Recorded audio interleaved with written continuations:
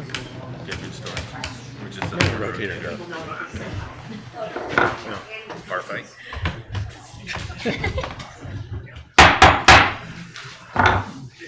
Good evening.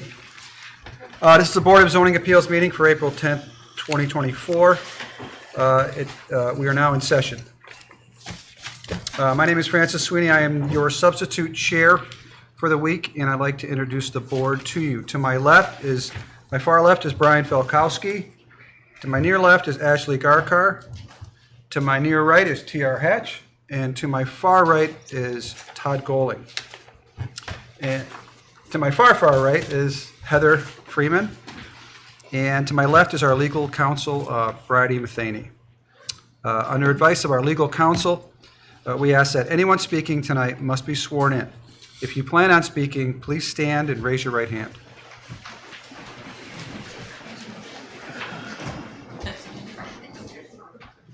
Okay. All right. Do you swear that the testimony you're about to give will be the truth, the whole truth, and nothing but the truth?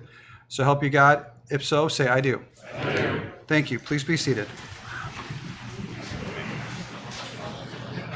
What? It was moving. Good job.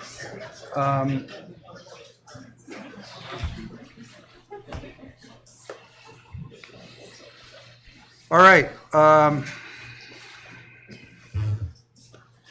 This is the agenda for this evening. To begin with, we have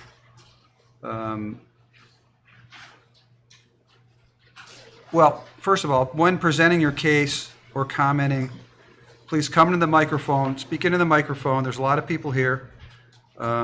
State your name and your address for the record. Thank you. Heather, were all legal notices issued in a timely manner? Yes, they were. Okay, thank you. All right, we have a number of matters tonight on the agenda. Heather, do I need to read through all of them, or can we just begin? Mr. Chairman, Right. I would recommend that you just start with old business number 1. Okay, You don't have to all reread right, all. all right, great. All right, then with that, we will start with old business. And under old business, we have variance application 2023-142. Ralph Victor Construction, Inc. is requesting the following variance for the property located at the corner of Crowell Road and Hunting Lake Drive, parcel number 08-A-020-C-00-002-0. A, variance from the minimum 25-foot requirement of natural vegetation to be left undisturbed pursuant to the perimeter treatment narrative included as part of the master development plan for the Quail Hollow property for Quail Hollow Development, Inc., and approved by the Concord Township Board of Trustees with an effective date of October 8, 1986, as part of the rezoning of the 540 acres surrounding Quail Hollow Inn from R1 residential to R2 planned unit development. And number 2, conditional use permit application 2023-20. Or you want to? All right, Mr. Victor, you want to address? Are you ready? You want to just do Mr. one Chairman, at a you time? recall that the public hearing was closed at the last Oh, that's meeting, right. so That's I right. believe our legal counsel has given you some advice on how to proceed. Okay, at this point, I'd like to make a motion to reopen the public hearing. So moved. Second? All right, so the public hearing is now You reopened. need a vote now. Or now we need a vote. All in favor, say aye. Aye. All not in favors? All right, the ayes have it.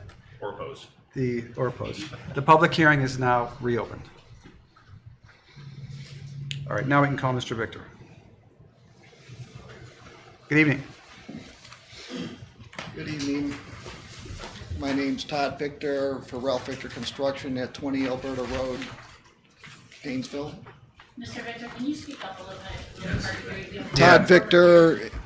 bit? My name's Todd Victor at 20 Alberta Road, Painesville for Ralph Victor Construction. And Mr. Victor, do you mind confirming you've been sworn in? Yes, I've been sworn in. I have a few more signature on our petition and the letter from Christina Tucci and from Lake County Engineer's Office. Do you want those again? I think we have those. I have a few more signatures, though. Do you want that? Okay, Yeah. so this microphone does not amplify to the room. Do you want a few more signatures? Do you want to see that or If, not? are they new?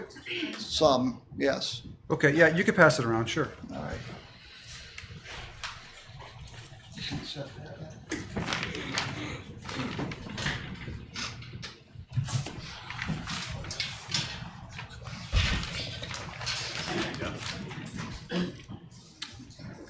While we're waiting, I neglected to note that a 3-vote majority is required to either approve or deny an application.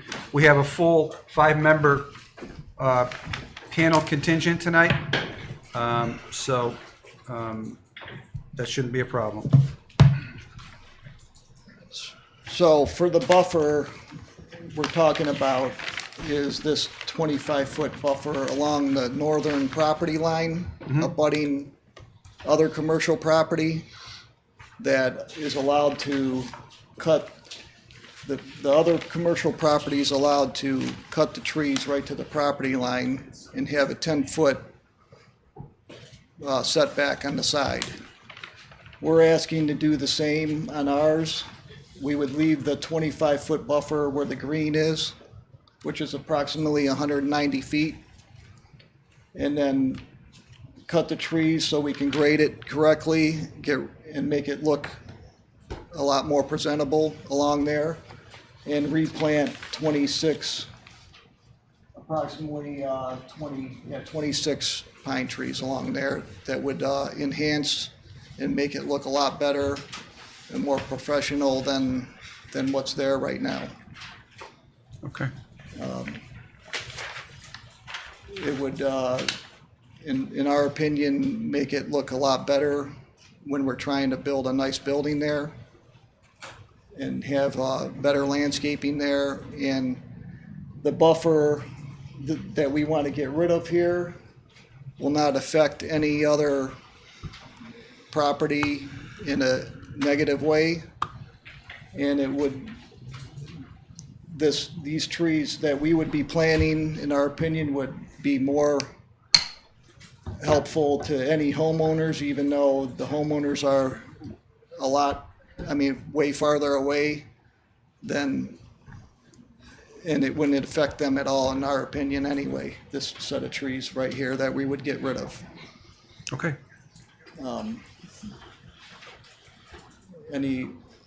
The homeowners really need to be worried about the next door property because they can build within 50 feet of the back property line, and we're gonna be almost 300 feet away with our building.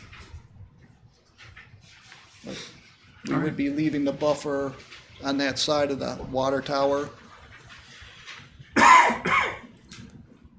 And any other questions for anybody, or? Anybody have any questions? New questions? Any questions? So just to circle back, and I like to digest everything. The reason for the variance is for the, and I don't know, I didn't count the parking spots again, Mr. Victor. How many were there? The yellow ones? That's on the blueprint on here? On that, right. On the site plan 90, No, just the yellow ones up top. oh, Like I didn't count. 20, something like that, maybe? 29. 29, thank you. Oh, okay. So we got 29 parking spots. Without 29 parking spots, then that prohibits your ability to potentially put the whatever's going to go in the upper left-hand corner. Is my understanding correct? No, it prevents us from building this building the size that we want to build it. And that building is going to be 10,000 square feet? No. 13,000. Th- 13,000. 13,430. Thank you, 13,000 square feet. So without the 29 parking spots up there, that means that the 13,000 has to shrink down to, what did you say last meeting? About Yeah, 2,000 9. approximately 2,000 square foot less, which would eliminate another business that would be in there. And we possibly couldn't make the project work without that square footage. Help me understand what you mean by not make it work.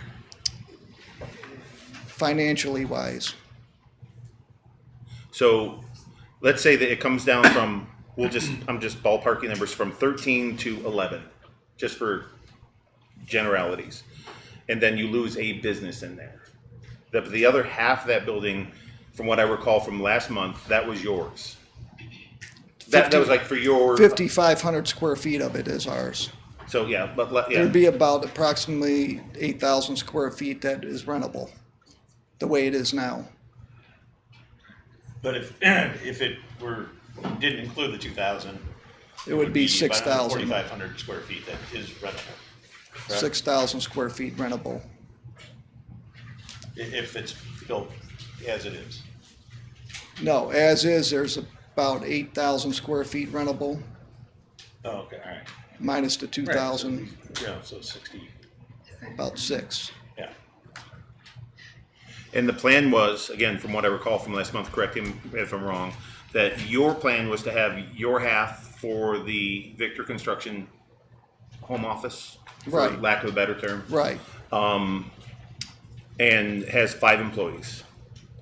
Approximately, yes. About 5. But we want room to expand, and we want to set up kitchens in there for people, for our customers, and they can pick everything out right in our office there. So And that's then- going to take up more space. And then the rented portions would potentially be kind of like strip mall things that would be kind of like next door over by the, by Drug Mart, like those kind Right, of. just like Drug Mart went into that strip, and then they leased out the rest of it after they were in there and they built it. That's what we want to do. Just like most of the people that build commercial do, they have one anchor tenant, and then they build the strip and try and lease out the rest. What would be the least cost per square foot there? Just, I have no idea about commercial real estate, I'm just guessing here. I think it's going for around $15 a square foot. Wow. Okay. At the cost of construction nowadays and everything, Not getting cheap. everything's through the roof, so. If you had an engineer look at this as far as the traffic flow and getting trucks in and out, if this were to become a restaurant, We had traffic studies done when we put High Grove in. No, I'm specifically asking about this site. So if No. let's say you made this that's a restaurant, can even a semi or a city semi get in and out of there? Okay, because it looks pretty tight. Yes, the engineer drew it up so Yeah, trucks okay. can get through All right. there. So the existing gravel drive there, that belongs to the city of Painesville. That's their easement, right? Right, For Aqua Ohio, or correct. No, Painesville, city of Painesville. are you allowed to use that? Yes. I don't. Would you have to pay It's for our, that? it's our, no, it's Or an did you- easement through our property. I get it. Okay, I understand that. Okay. The math of how many parking spots you need, is that formula calculated by the one big building, or is the formula using your smaller potential building in the far left bottom? I couldn't hear you. The parking spots, how many parking spots you need? Is that calculated with your one singular building you're wanting to build? Or are those parking spots including this smaller building that is a potential future? The parking is including everything that's on here. So both buildings? Yeah, both buildings.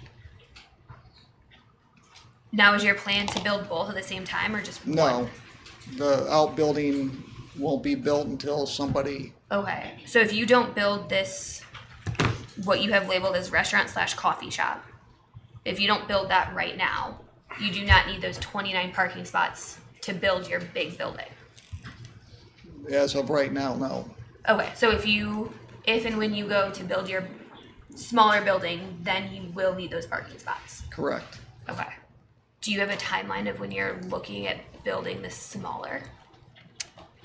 Not until someone comes along. It could be a bank, it could be something else too. Yeah, but, just a I mean, building.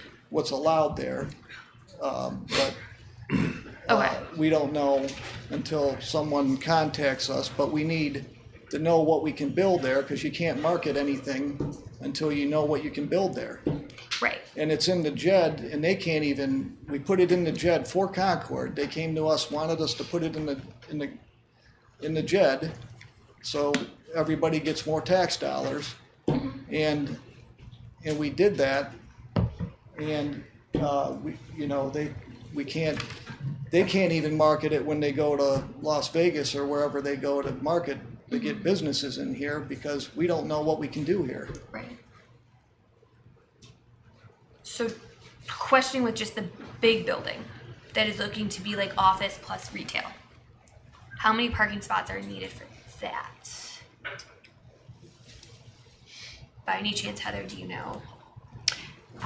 Just the big building, that's the 13,000 square foot. Right. How many parking spots are needed for that Well, building? it's one space for every, the zoning resolution requires a minimum of one space for every 200 gross floor area, square feet of gross floor area. So if the larger building is 13,433, divide that by 200, and that would tell you, and round up. You figure that right, man? One space for every 200 square feet.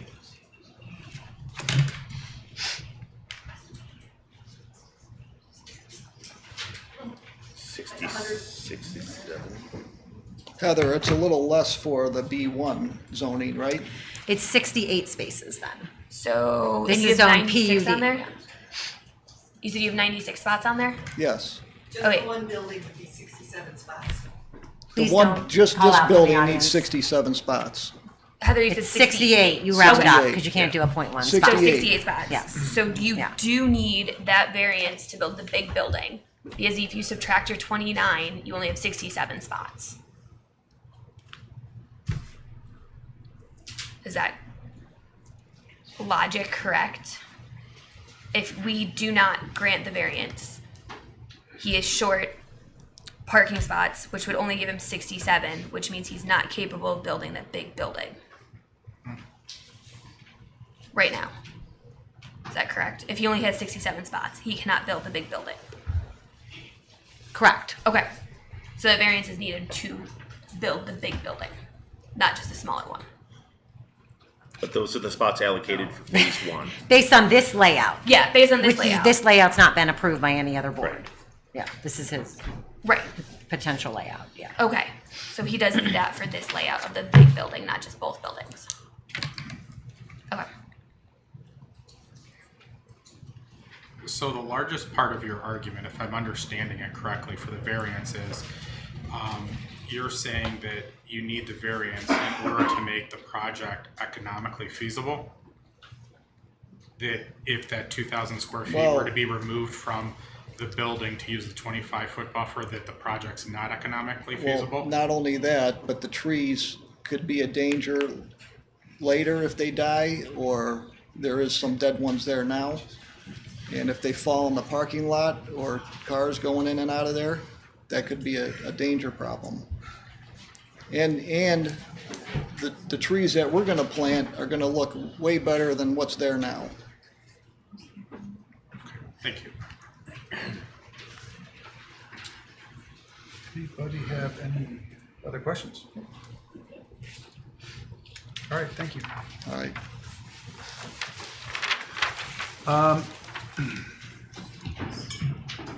Before I ask if there's anyone who's here to speak for or against this application, I want to remind all of you, we've been through this a couple of times already, without restricting anybody's right to speak, because I do understand this is a very important issue to everyone. Please keep in mind of the arguments that have already been made, the arguments that you've already made, coming back up to speak, if that's the case. And please don't be repetitive. Please respect the rights of everyone else in the room to have a swift meeting tonight. And we do reserve the right to remind you if you are repeating arguments you have already made. So you have been warned. And having said that, is there anyone here speaking for or against? Obviously there are. And should we start on this side of the room here? With four. Or Start with And, four. yeah, for those who are for the variance approval. All right, come on up.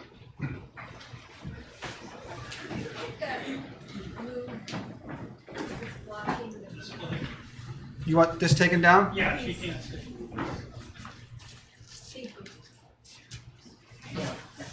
All right.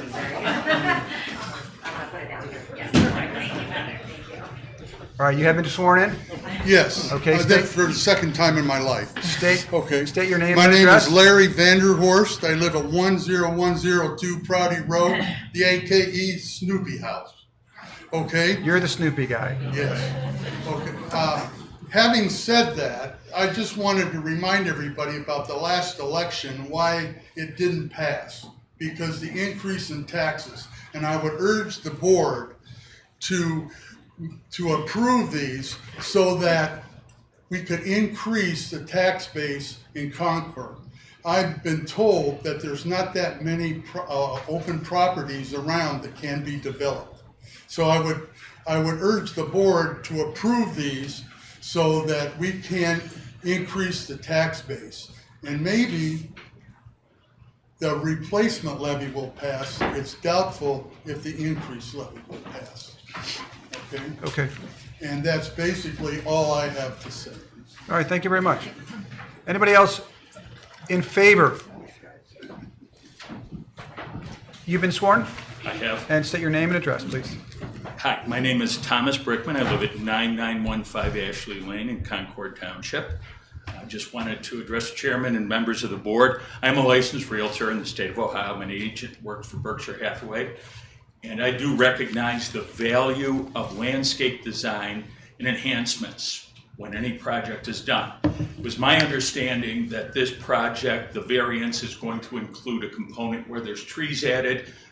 Even when you walk or drive into some of the nicer developments around, you see the entranceway filled in with pine trees, landscape design. So it provides a very nice aesthetic that goes with that.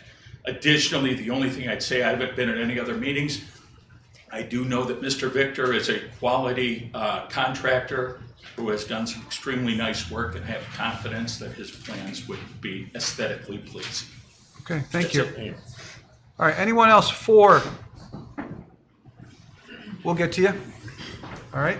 Ma'am, have you been sworn? I have. All right, state your name and address, please. My name is Giselle Felice. I live at 11218 Girdle Road, Concord Township. We actually purchased the home that was vacant for 40 years and worked with Little Mountain homeowners to bring it back up to living. I love living in Concord. I would love to see some more amenities available, dry cleaning, tighter driving to Concord Chardon for Jersey Mike's. I've seen what Mr. Victor's done, and I love the landscaping he's done, and I think it would be an asset to Concord Township. All right, thank you. Think we have another for? Sir?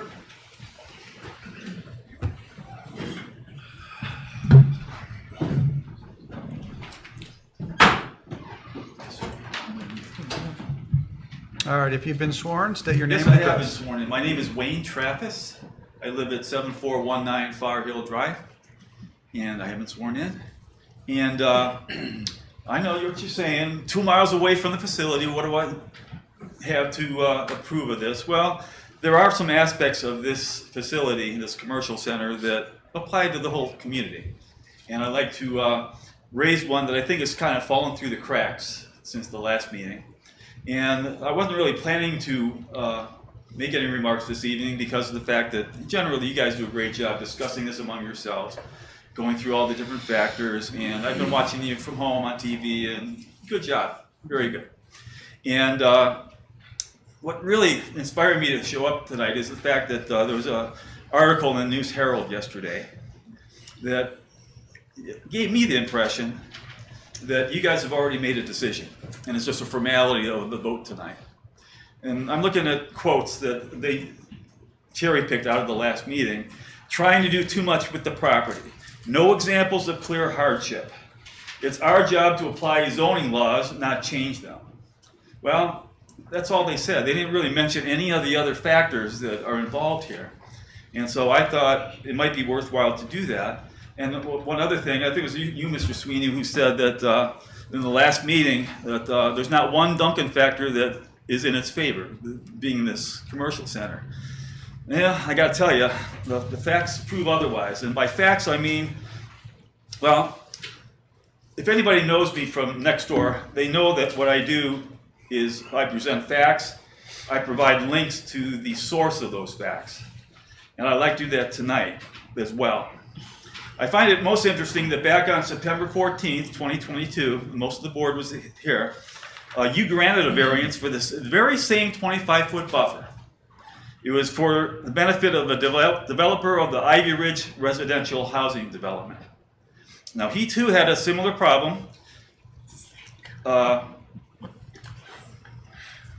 where the best and probably his most profitable layout plan happened to extend a little bit into this 25-foot buffer. Now, even though he was trying to put 6 pounds of dirt into a 4-pound bag, he could have scaled back the size of that development to make it all fit inside the perimeter buffer. But you approved the variance anyway because of the fact that you felt that the alternative higher density plan was not in the best interest of the entire community. Thank you. Thank you for thinking of the entire community. You made a good decision, although at the time, I honestly felt that the 20-foot buffer actually made a little sense in a residential community, in a residential neighborhood, even outside the PUD. Now, unfortunately, 3 of the neighboring residents didn't really appreciate your decision, and so they went to court, and they challenged your decision as they appealed in the Lake County Court of Common Pleas. I typically frown upon my tax dollars being spent on litigation, but in retrospect, I'm actually delighted that they did this, because now you have the benefit of basing your decisions tonight on facts that were presented in that case. Specifically, our legal counsel, my beloved Mike Lucas at the time, he was representing the township as a defendant, and even better, the actual detailed judgment that was handed down by Honorable Judge John O'Donnell when he ruled in favor of your decision to grant the variance. It's nice to have a judge agree with you, huh? Now, these legal documents are public record and they can be easily downloaded from the Lake County Clerk of Court website. Mr. Traffus, Yes. I want to clarify. Yes. You are here in support of us granting this variance, is that Yes. correct? Yes. All right, I wanted to make sure of that because we seem to be getting a little bit far afield. Yeah, From this that is all going to intent. come back. I appreciate it. And feel We free to got you. interrupt. I tend to babble on. And, for We your will. benefit, I like to slow down too, so I hope I'm not going too fast here. So anyway, I have copies of the legal documents from that case. I got one for everybody. One is the legal brief that Mike Lucas, your legal counsel at the time, submitted on behalf of the township. I'll pass them out, Wayne. Oh, okay. Well, I want for the legal counsel too, even though. Do you understand legalese? Kidding. Only did. Also, pass these out, because this is an aerial view of the facility as Thanks, well. Wayne. There you go, buddy. So now I recognize that every case is different, and surely, well, let's just say that every case is different, but I think it's worthwhile to take some time, and I'm prepared to do that, to present some of the facts. Hopefully not too much time. Yeah, I understand. Yeah. I understand, trust me. But some of the facts that are presented in the case are very closely relevant and applicable to this discussion that we're having here tonight. It's the same 25-foot buffer. It's the same requirement. We have a developer whose initial plans don't quite fit into the parcel without partially spilling into the buffer. Now, the only major difference that I see is that the buffer around Ivy Ridge development was between parcels with residential homes. Here, we're talking about a buffer between 2 parcels that are going to be commercial. I don't care if it's a PUD. We have a commercial center being built here. It's a commercial property. And next door, on the other side of the property line, it's going to be a commercial property, okay? We understand that. So in his brief, the legal counsel from Concord explained how you guys came up with your decisions, how you went through the Duncan factors, and he further clarified that no single factor is dispositive or controlling. And then he went on to say that there is no requirement for the factors to be applied mathematically. No one's keeping score. The evaluation of the factors is based on subjective opinions that may or may not be shared among all the members of the board. And there's simply no way to mathematically calculate a final decision here. It's a matter of discussion. And now after making that point, the legal counsel in his brief that I passed out, he pretty much went through all of the factors that you just talked about. And I'm not going to go through all of them, the fact that how they apply to Ivy Ridge. My point is to present you with facts that apply to this case. So the first thing he said was that he said the BZA determined that the variance request was not substantial. And he went on to clarify that this factor is not relevant to the size of the property, but rather with regards to the applicable zoning resolution. So he points out that in the master development plan of the POD, it clearly states the intent of the 25-foot buffer was to preserve the natural forested beauty within the POD. That's important, within the PUD development. And it was not meant to maintain any kind of sound barrier or privacy screen to any adjoining properties. I think that's kind of important. He further clarified that the township does not require a 25-foot buffer between residential developments anywhere else in the township. And that the buffer has not really been enforced elsewhere within this PUD development. Now the judge also pointed out that the buffer was not being completely removed. His point was that only a portion is being, we're not taking the buffer out, he's reducing the size of it. And he clarified that there would be no construction or encroachment onto adjoining properties. Now with regard to governmental services, this is a no-brainer. Legal counsel stated the variance would not adversely affect or impact the delivery of government services. The judge agreed, and the appellants didn't even present an argument, so that's agreed. However, I understand that there's a service road that provides access to the city of Paynesville's water tank. And to me, that's maybe a government service. So I think it's worth pointing out that this parcel, I just learned tonight that there's an easement to provide a driveway, a service drive to this facility. And the developer is willing to work around that. In other words, it's going to be part of his drive. He'll be able to make use of that easeway for his benefit as well. But there's no other impact on governmental services. Now next, I'm trying to get through this, bear with me. Legal counsel stated the variance would not substantially change the essential character of the neighborhood. This is in a residential area he's talking about. Nor will it cause an adverse effect on the adjoining properties. And the judge once again pointed out that the variance does not completely eliminate the buffer, and the appellants at the time who brought the case to court presented no evidence that the reduction of the buffer would substantially change what's there or what's not there, and the surrounding properties would not suffer any substantial detriment.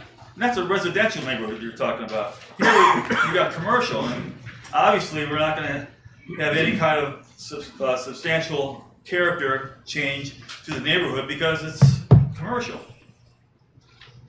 And as far as the essential character of the neighborhood, that was destroyed when the city of Paynesville built their water tank back in 1990. If you look at that parcel, I feel sorry for the residential properties behind you. They got to look at this tank. And I drove by there, it's not in good shape. The top looks pretty cool in the aerial view. That tank has no business being in there, but it is, and it destroyed the character of the neighborhood already. A buffer is not going to restore that. Now, with regards to whether the buffer was known before the property was purchased, there's testimony, yes and no. The judge decided that he decided to consider that this factor to be weighed less because of the previous testimony that the 25-foot buffer was not enforced in previous developments. So the judge kind of downplayed the fact that maybe the developer knew about it, maybe he didn't. But it doesn't matter because it's not enforced anywhere else. It's important.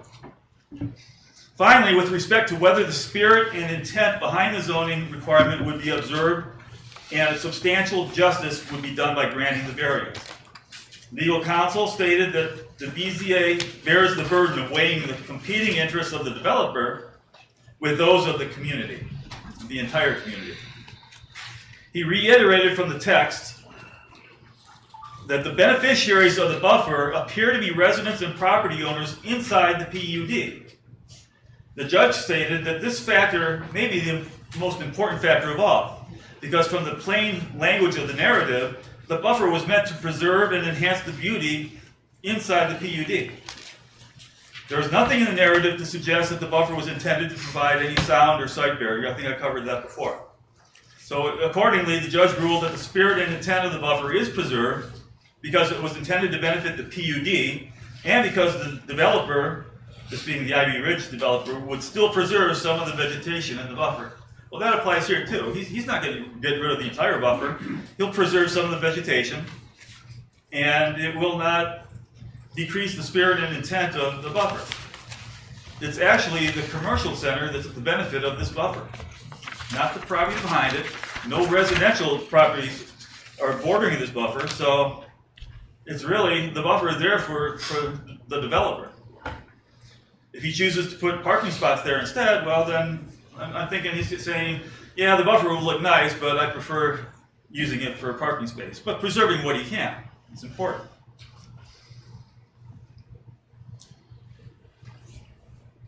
So as I mentioned, there's no other residential parcel within the PUD that borders this buffer. And since the buffer is not being completely removed, the judge is saying that the spirit and intent of the buffer requirement is preserved. So that about wraps up all the Duncan factors that I consider relevant to both the Ivy Ridge development and this planned commercial center. It's always helpful to know and understand the rulings made in previous court cases because those decisions made in previous litigation, they provide a foundation for future relevant litigation. In fact, that's where the Duncan factors came from, another case. Very good. Are you finished? With my presentation of facts, yes, but if you have a question, go ahead. Any questions? Okay. I gave you the handout. I was going to highlight the things that I talked about, but you're welcome to read it. I know you're not going to be able to read that before you make your decision, but just know that there are facts available to you from a previous case considering the same buffer, pretty much the same application. The only difference is we're talking about commercial properties here, not residential. We understand. Thank you. Now, yeah, that ends my presentation of the facts, but I do have some opinions. Sorry. There are two more Duncan factors that were discussed in the litigation, but the detailed facts aren't exactly relevant to this case. I'll admit that. One is, will the property yield a reasonable return or have a beneficial use without the variance? I think we all agree, yes. And can the property owner's predicament be feasibly obviated, I don't even know what that means, through some other method? And again, the answer is yes, but as previously stated, we'll have to reduce the size of the commercial center by 2,000 square feet, or roughly 15%. The Ivy Ridge developer had options too, but again, you guys approved that variance because of the fact that you wanted to avoid the high density development that he proposed as a likely alternative if the variance was denied. And so the judge wholeheartedly agreed with your decision. It's always good to have to base your decisions on what's best for the entire community. Now, it's that same spirit of community awareness that this developer of this proposed commercial center has voluntarily agreed to join the JED. And I thank the gentleman behind me who brought this up earlier.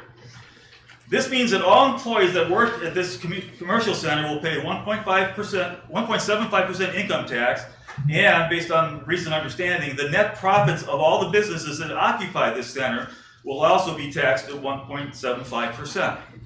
And it's not just this commercial center that's on that board.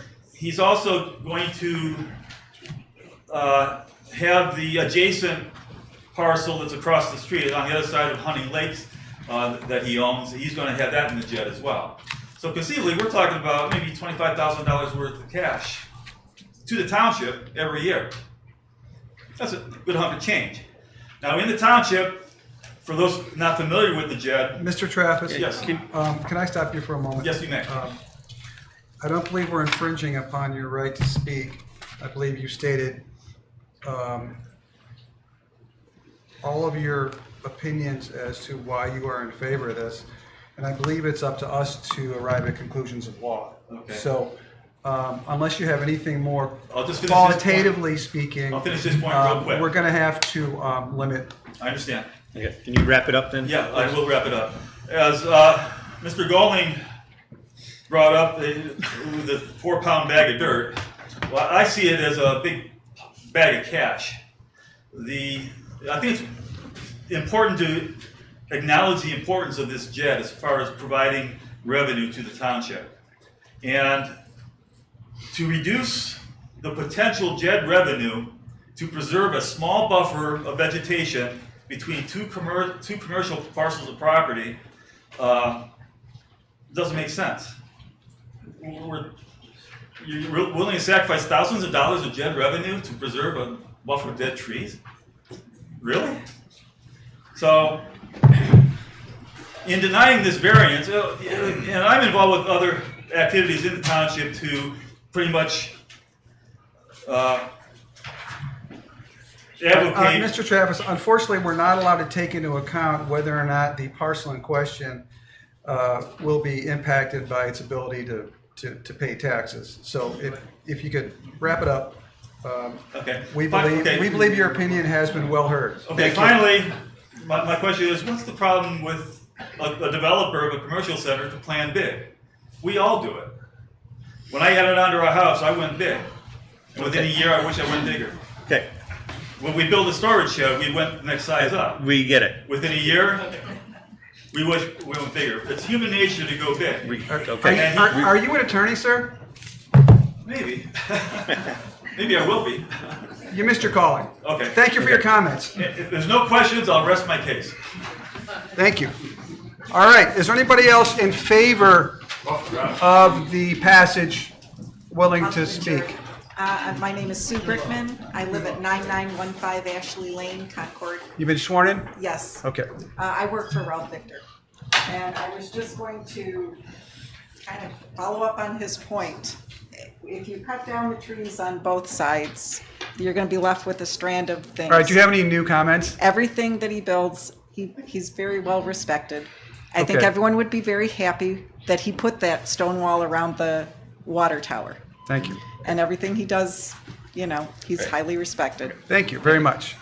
All right, now, Yeah, there you got another one.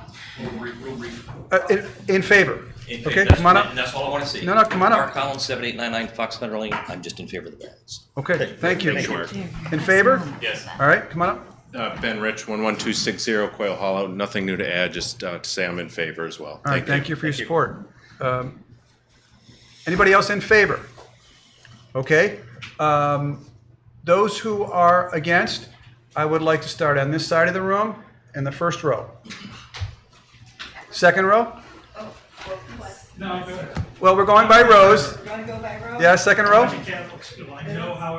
And remember, don't repeat the same comments or arguments that you made before. Only new comments or new arguments. I believe everyone else will appreciate that as well. Okay, Karen Kincaid, 7894 Hunting Lake Drive, and I've been sworn in. Thank you. And I respectfully ask the board to deny the variance request. I've watched the meetings from the last 6 months from both the trustees, the zoning board, the BZA, and the immediate residents are all on the same page.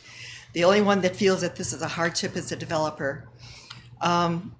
We're going around and around and around about this parking thing, but the real issue is he needs his parking variance so that he can build what he wants to build. He wants to build what's not allowed to be built there. To grant this variance is a disservice to the community and in direct conflict to the Ohio Supreme Court Duncan factors. I'm totally in opposition to what the previous gentleman just said, because they do not result in real hardships or practical difficulties, but those created solely by the individual's demands.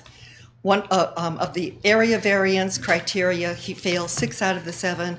Of the use variance criteria regarding unnecessary hardship, he fails 7 out of the 8, in my opinion.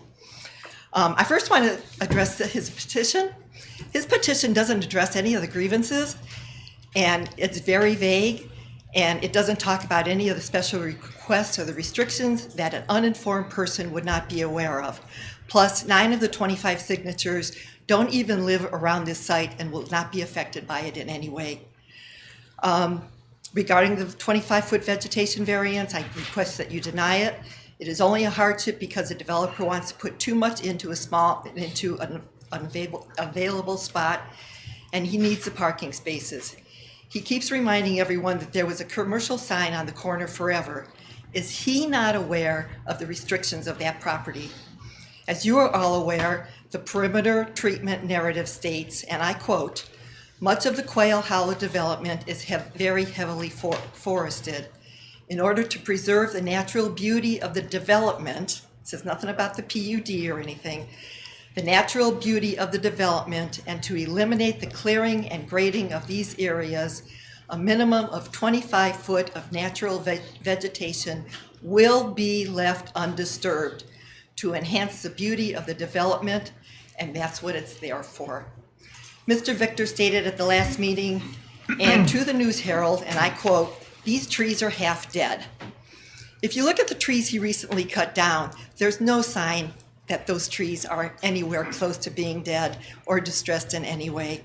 The trunks are solid and healthy. Yes, the trees will die eventually, but won't we all? The narrative not only speaks to the trees, but in the absence of trees, the developer must landscape it. There's nothing stating in there that if there are no trees, you can put up a parking lot.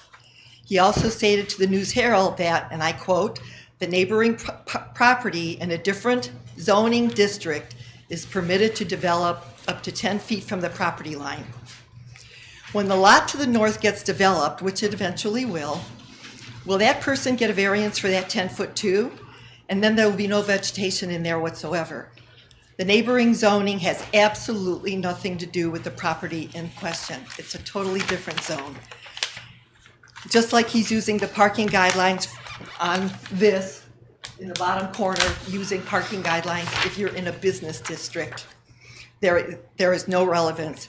Ms. Freeman clarified that in the January meeting. All right, could you wrap it up, ma'am? Oh, okay. Thank you.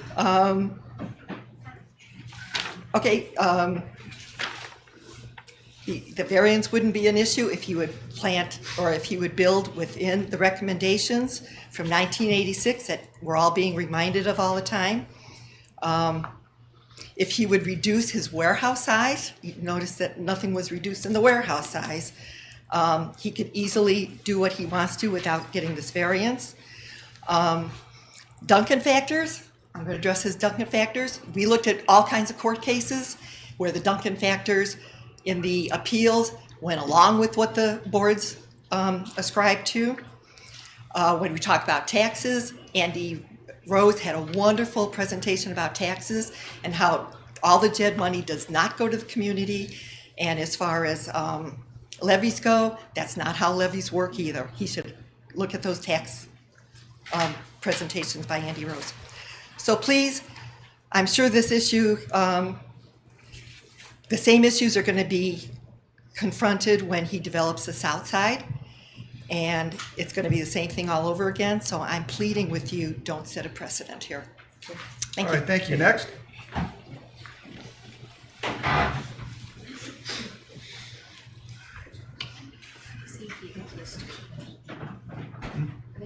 Hello again. Yeah.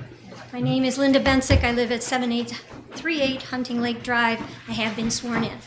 And I'm here to speak out against the proposed variance at the corner of Hunting Lake Drive and Crowell Drive, even with the minor changes. Do you have any that new been made. arguments to make? Because I do remember you speaking last time. Yes. Do you have any new arguments to make? No, but that is Okay. I was going to start out actually with a question. So All we right, have well, two. we can't respond to any questions, so. Okay, well, let me phrase it in a different way then. I'm hoping that all the board members that are sitting there today had a chance to review all the comments that were made last time, since we are being given an abbreviated time to speak. So I'm going to just throw out a different thing in regard to this proposed change and those parking spots over on the side. I just want to point out from a safety factor, those parking spots, they would be backing into a street.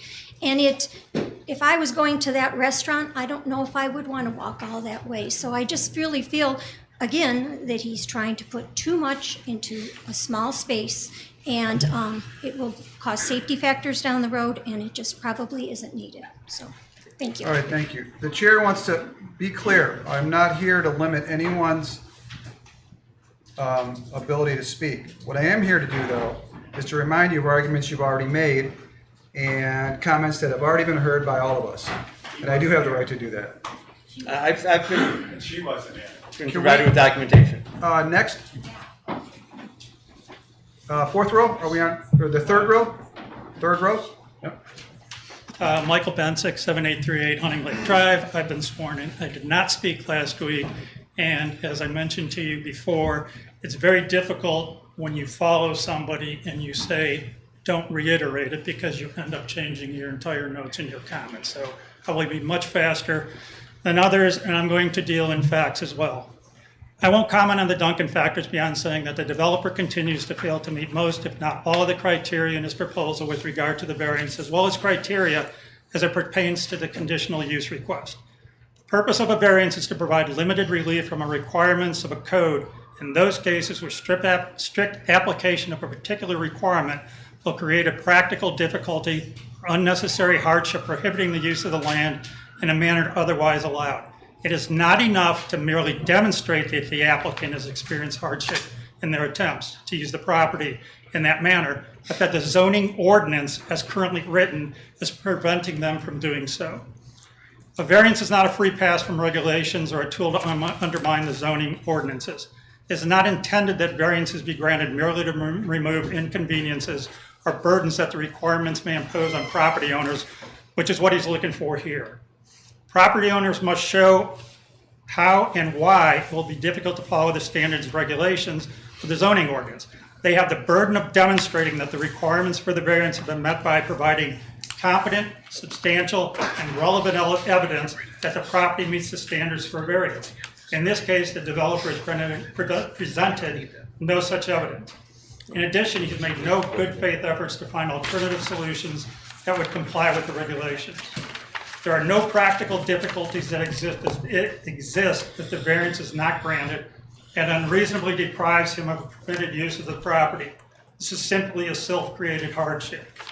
Without proof and argument of, I need a variance because your ordinance is stopping me from doing what I want to do, or it doesn't fit what I want, it's not a position according to the Ohio statute. He has simply chosen to look at using the lot in a manner that would provide him with his greatest possible benefit, which is not a consideration. I hope by now it's obvious to the board that the developer has no interest in making a proposal that has anything other than what he wants with regards to this property. These small modifications he makes to try and appease the board are akin to putting lipstick on a pig. They are nothing more than disingenuous cosmetic changes in an effort to disguise its fundamental failings. To quote a judicial opinion in Keisel versus Sandusky, generally, where a purchaser of commercial property acquires the premises with knowledge of certain zoning restrictions, he must accept the limitations on the usages of such property and may not demand a variance based upon the claimed hardship due to such limitations. That's what you have here. The Ohio Supreme Court and the Township Law is very clear on the criteria that needs to be considered. Your own language states that the BZA shall consider the review criteria as set forth in your zoning laws. And I will note for everyone here, when you look up the word shall in the dictionary, it's defined as a requirement or an obligation. I'll close by saying that this should be simple. It's about the use and application of facts as they apply to rules and regulations. In short, the board would be remiss in fulfilling its responsibility if this proposal is approved. Thank you. Thank you. Next.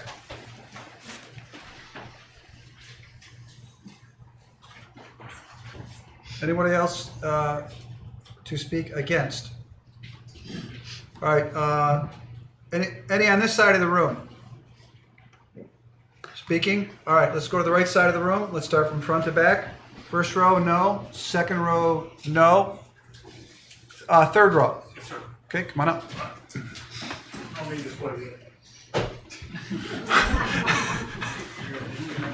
Dave Hall, 7806 Hunting Lake Drive. I was sworn in.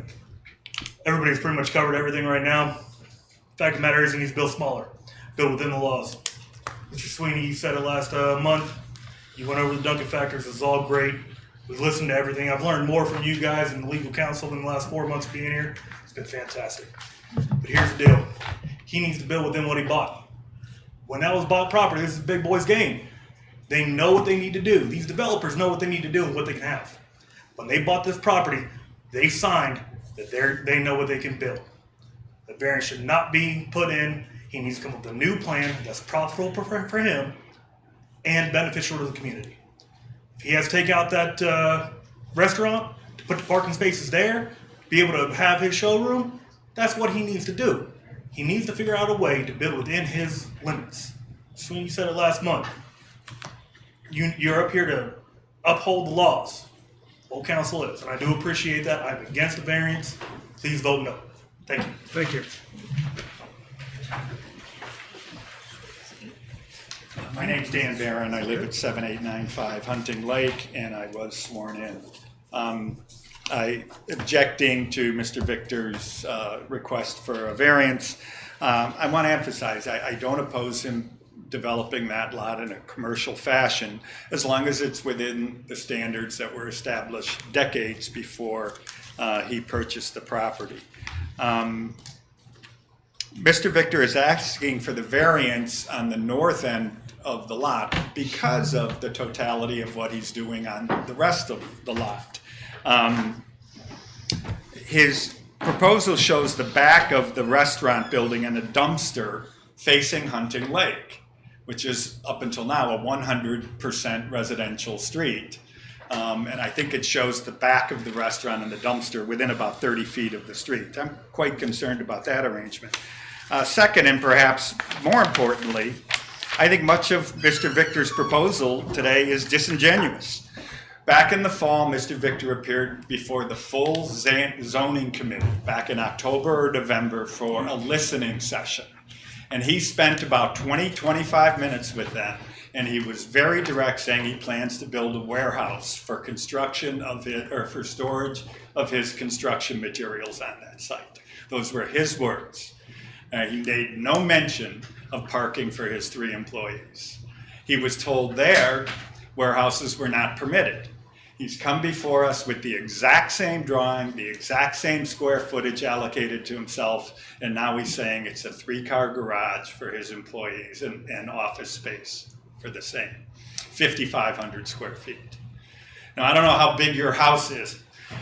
A 3-car garage, a good one, big one, is about 1,000 square feet. At least 4,500 square feet is for an office for 3 people.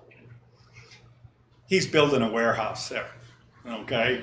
And I think he's being disingenuous with everybody in this room, all right? During that entire Q&A, he made no mention of parking for his employees. That didn't start till after he was told he couldn't build a warehouse, okay?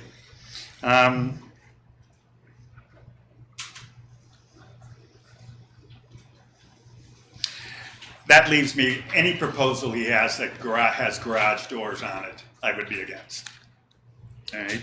I'll also add, since one of you, I can't remember, brought it up tonight about the access off of Hunting Lake. At that zoning committee meeting back in the fall, the most questions they had for him were concerns about emergency vehicles being able to make the turn in. And they said it just didn't look like it was possible that emergency vehicles would have proper clearance coming in off of Hunting Lake. He has not addressed that in any of those changes. Absent a traffic study, which hasn't been done yet, I would oppose any egress and access directly off of Hunting Lake. I think it changes the character of the street. Thank you. Thank you.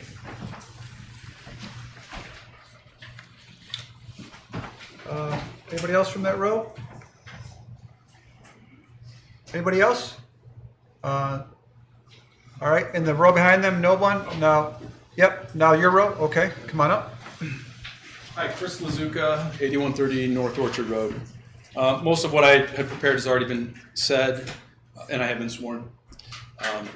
Just wanted to add, I too think it was disingenuous for Mr. Victor to tell you, the BZA, at, I don't know if it was the meeting, last meeting or prior, that he feels he should get the same setbacks as a property that's zoned entirely differently. He's brought it up again. He knows he's PUD or RT PUD. Capital District has different setbacks.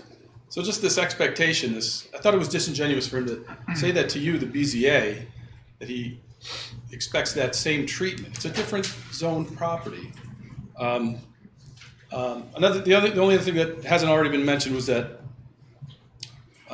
one of the board members, I think at a meeting or two ago, said your primary responsibility is to enforce zoning. And I think this is such a clear case for that. He can build within the current restrictions and make it economically feasible. That's just, how can you say otherwise? And I just ask that you reject this application and enforce the zoning. Just because it wasn't enforced in the past is no, precedent for not enforcing it now. Thank you. Thank you.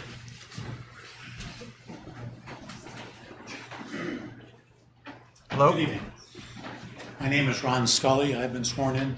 I'm at 7822 Hunting Lake Drive. I'm against the variance. This 2.5 acre parcel will yield the owner a reasonable return on investment without the variance, full stop. The owner purchased this parcel knowing the zoning restrictions and agreed with the restrictions at the time of the purchase. The variance, as you know, is substantial. Drive-through and warehouse are not permitted. Whether it's a Dunkin' Donuts or a bank, you need a drive-through. Tenant business intent and the use of other tenants is unknown at this time. Granting the variance will overextend the land's intent, causing noise and safety issues, trucks, loading and unloading, increased traffic on residential street, Hunting Lake Drive and Cryle, possible storage of hazardous materials, propane, gasoline, argon, helium, and carbon dioxide, which is used in welding, and who knows what else. The owner does not need a variance to accomplish his goals, but is pushing the board to its limits. Granting the variance will not preserve the spirit and intent of the zoning restrictions, and substantial justice will not be preserved. The owner is extending the intent of what is fair and reasonable for the size of this parcel. Huge resident concern is increased traffic, speeding on the residential street, noise and safety issues on Hunting Lake Drive. Please vote against the variance.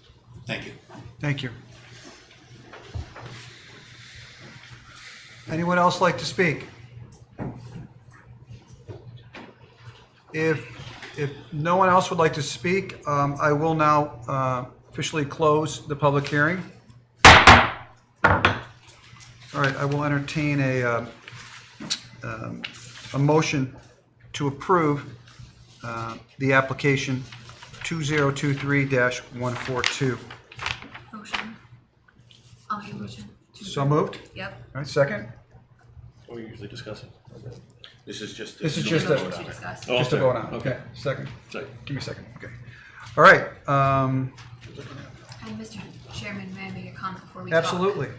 I would like it on the record that while I was not here last month, I did spend a very long time watching the meeting, of which was 112 or an hour and 12 minutes. That I watched all of you guys speak before it got tabled. So I was not here, but I did watch all of it, and Heather did correspond with me as well to make sure I had no questions for the meeting that I did. Yes. Thank you. All right, thank you. Discussion. Well, the Take corner, it away. The corner is going to be a commercial building or some development of some sort. It does seem like there's a lot going on. I do have some concerns about truck traffic, emergency vehicles. I'll be honest, I don't have an issue with the pine trees on the north side. I think it's going to be on a commercial, abutting a commercial property. I don't have an issue with it.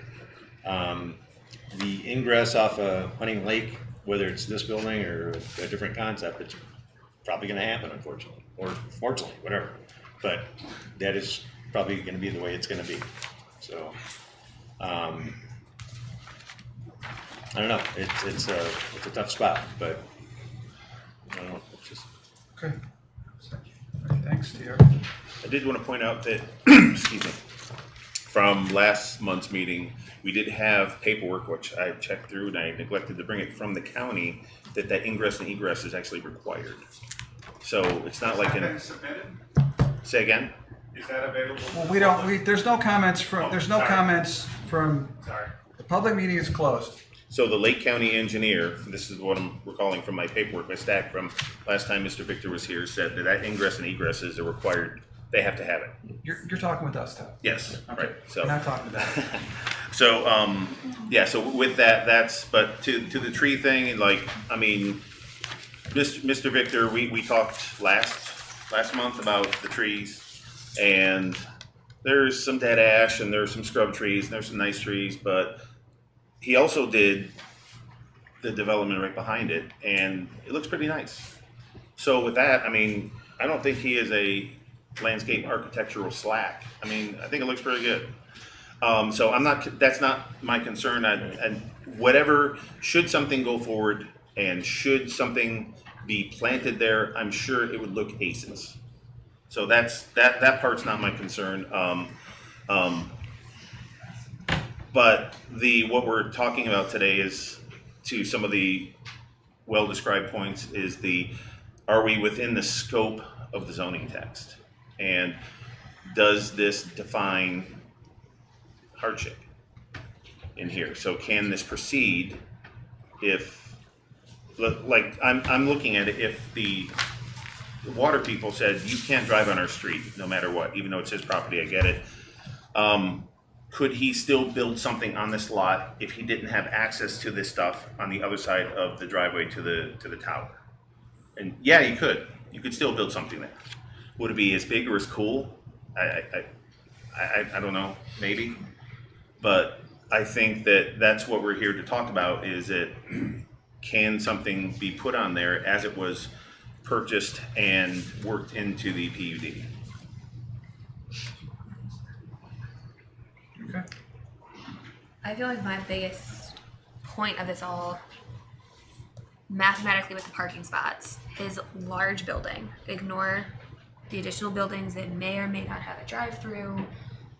The smaller one that's on his picture, bottom left. Ignore that part. The big building that he has. He does need this variance, 25-foot setback variance, to build that big one, given the fact without that he is short one parking spot. I think that's at existing the 13,400. the 13,433. So ignoring that 3,700 building on the bottom. Right, yeah. So that just doesn't exist. So just without yes. that. Correct. Where is he at? So he would need to squeeze in one more space if that building never existed. So, yeah, ignoring The one in the corner, yeah, the little one. Yeah, ignore that one. Just this large one that he has listed as office and retail, the 13,433 square foot. He needs 68 parking spots. Without that 25-foot variance, he only has 67 parking spots. Is that just in the phase 1, or is that if you put him in the phase 2 as well? He just has 67 parking spots on this entire listing. Understood. So I guess that would need some clarification between phase 1 and phase 2. There's a little dotted line on the drawing. Clarification of physically counting all the spots. Oh, okay. Yeah. Sorry.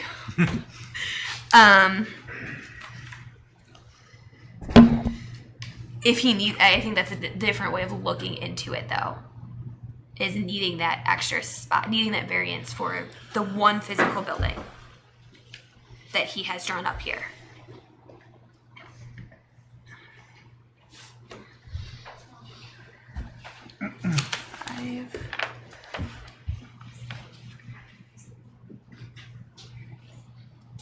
Because I think the 67 was phase 1 and phase 2, correct?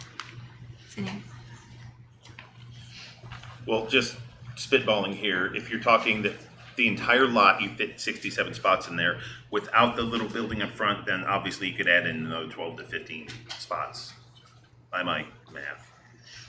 I'm guessing.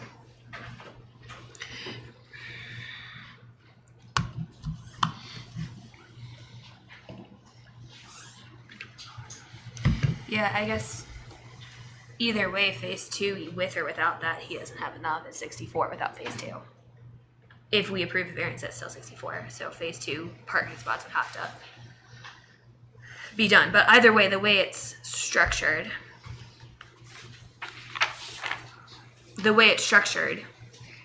if he did all the parking spots in one phase, he does need that variance to have those extra parking spots. Or shrink the building down to fit the required number of spots. Correct. So either build the building his size that's on here, so singular building. Yeah. He needs a variance to have the correct amount of parking spots, or he needs to shrink it somehow to squeeze in one parking spot. I think I get it. I think that is the biggest thing for me is this is all over one parking spot. Very pretty bush, like kept up landscaping. It's not, we're not debating if he's building a second building or not. Right now, it's just the parking spots that allows him to build the first building as is. So is that a hardship of changing your building? Wait, I think you just confused me. Making him, so he has his plan now. He knows for the one building. We're not talking about the second building. We're talking about one building. Right. To make something look good landscaping, or change an entire structure of a building. Are options. So which one's easier? Which one's more of a hardship? Because we keep talking about the hardship of if we approve or not approve, which one's more of the hardship? Changing your entire building or planting trees that look good? Well, nothing's built yet, so. What do you say, Brian? I'm trying to bring it back to just thinking about the buffer, and that's what I'm trying to bring it back in my head. A little bit. Sorry, I got a little confused on the parking. I'm like doing math in my head here. Sorry. No, it's all good. And I am reading through the Duncan factors as you did the last time, and there's some of them I'm going back and forth on. I'm going to be honest with you. So I'm still kind of processing at this moment a little bit. Yeah, that's to Brian's point. This is not just line up the Duncan factors and check them off. Each application is different. Each piece of property is different, and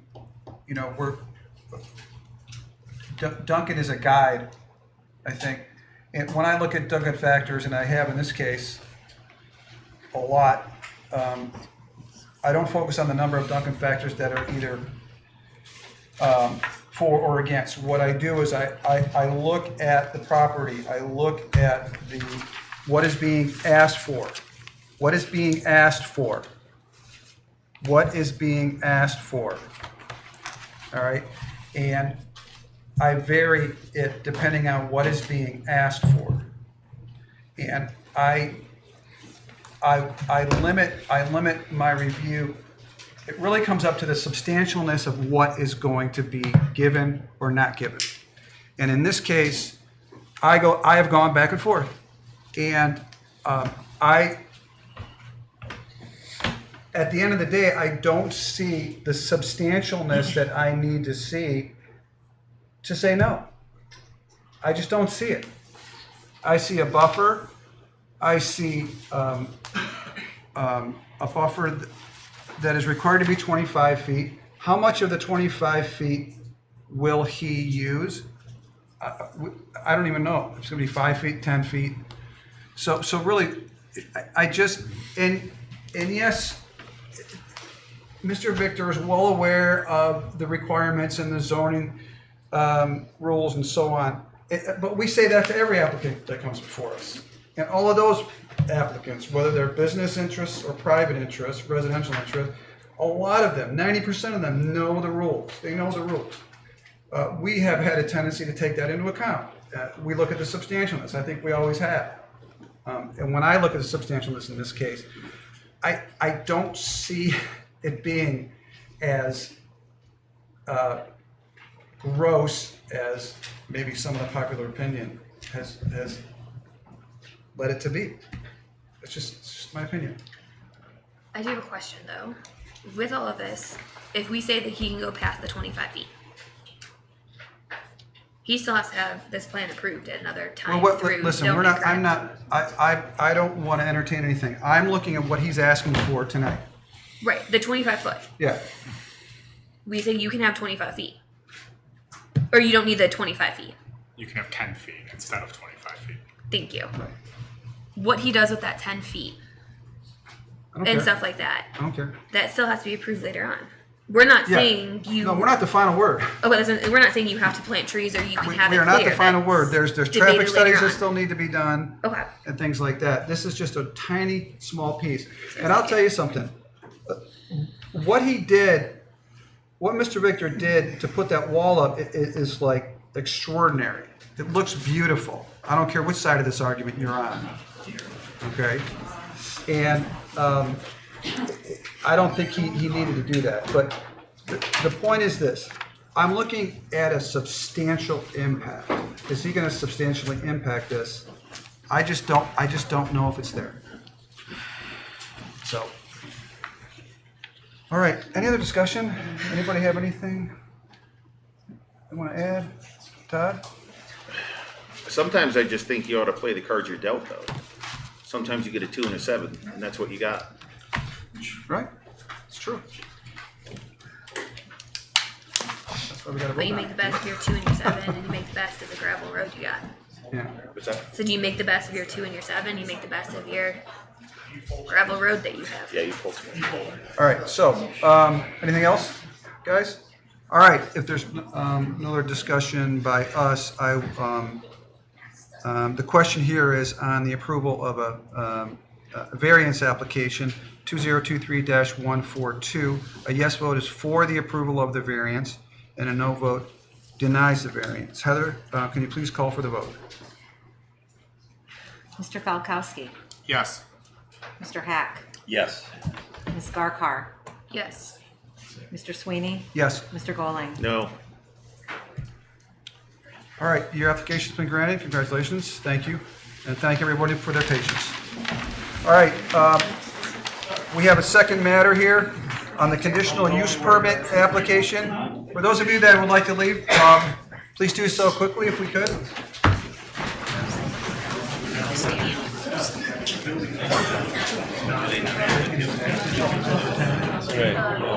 Yeah.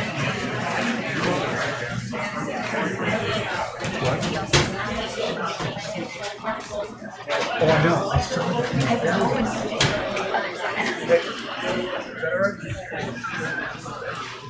I was waiting for you to get the hook and pull me. Do you want to do a 5-minute break? No. Okay. I We're not breaking. I mean, Mics are still live, so. We're in a break right now. oh no, it wasn't 5-0. It was 4-1. Well, not only that. Right. Yeah, okay. But this is the easier part. All right, if we can continue on, please. Thank you. The next matter in old business is conditional use permit application 2023-27. Ralph Victor Construction, Inc. is requesting approval for a conditional use permit in accordance with sections 1305 to have a commercial center in the plan unit development as required in section 16.07E. This is for the property located at the corner of Corral Road and Hunting Lake Drive, parcel number 08-A-020-C-00-002-0. Mr. Victor.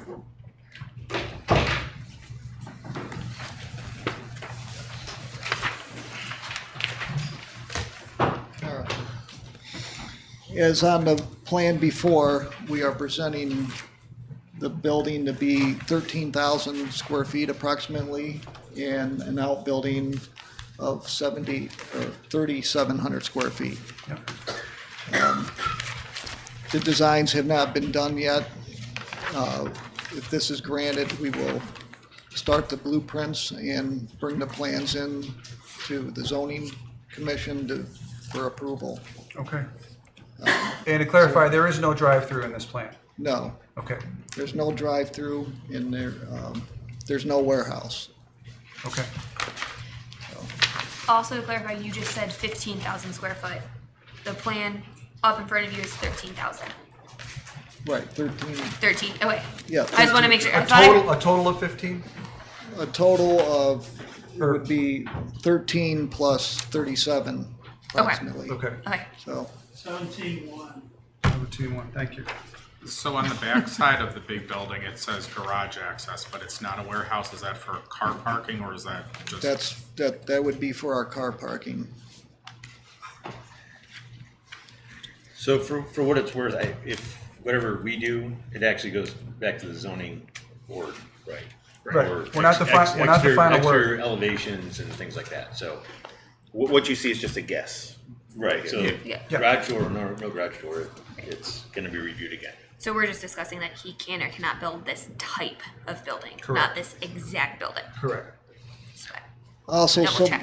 someone mentioned about how close it is to Hunting Lake Drive. We're actually 48 feet away from the curb of the road.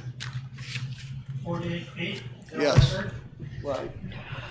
It's 40, yeah, 40. Wait, what's? All right, whoa. I can't hear him, excuse me.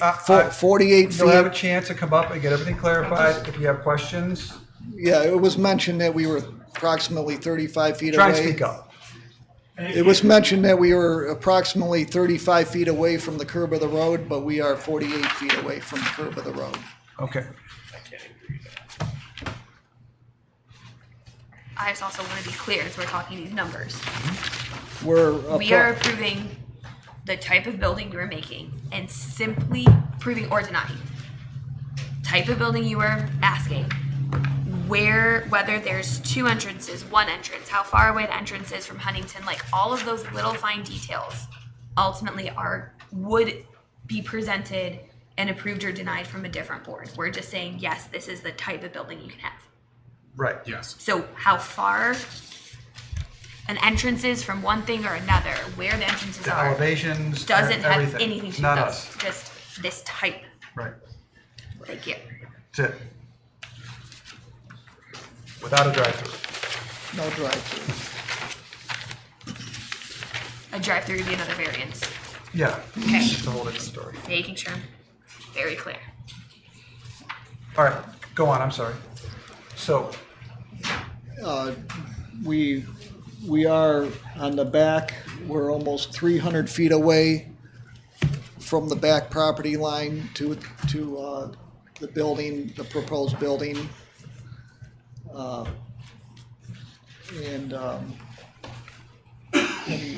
That's about it, really. is there a any other- designated retention Yes. area? The retention area Okay, all is right. right there in front of the water tower. Okay. Okay. All right, thank you.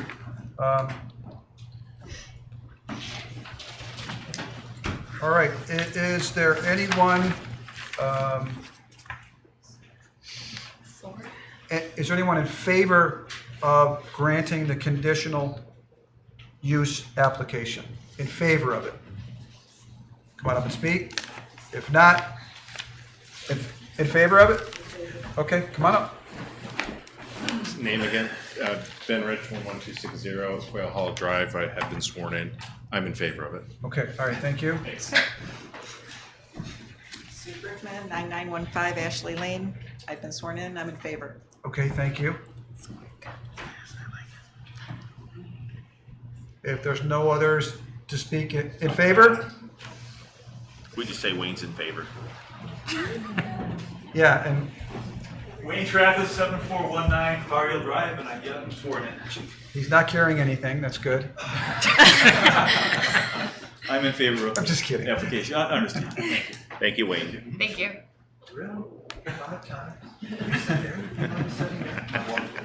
All right, those opposed on this side of the room, go by row. Second row, I guess we start again.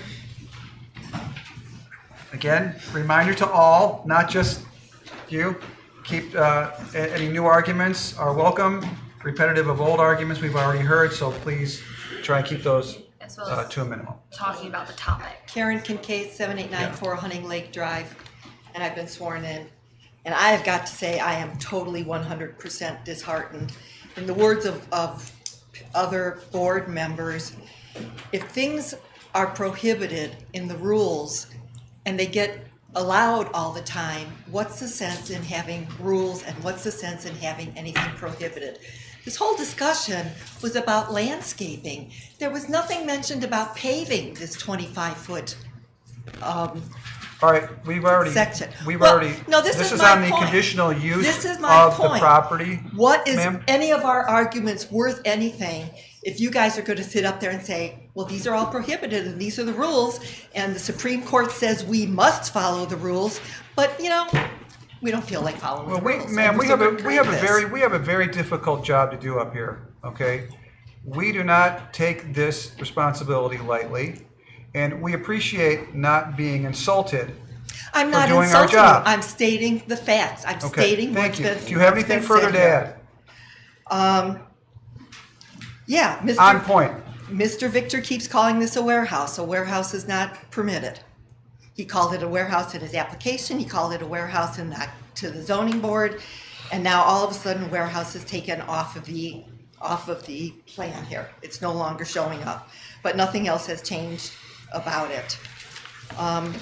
He's using deceptive labeling techniques when he wants to get what he wants to. When it comes down to it, he's still asking for things that are not allowed. The entrance continues to get moved back farther and farther into the residence's domain, if you want to. He says it's not in people's immediate backyard, but it is in their immediate backyard.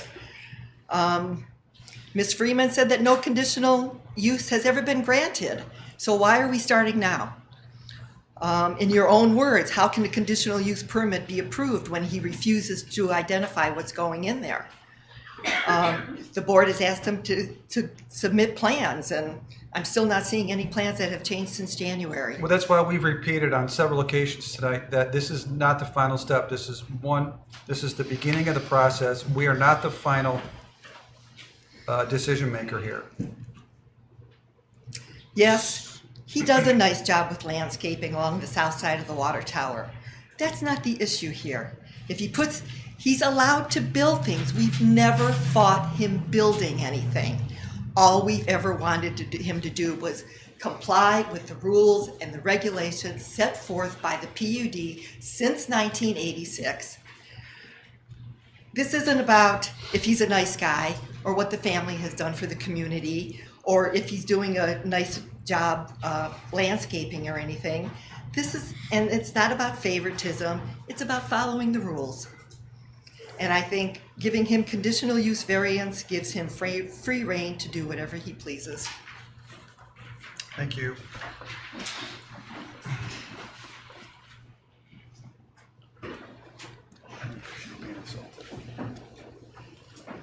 Don't like it.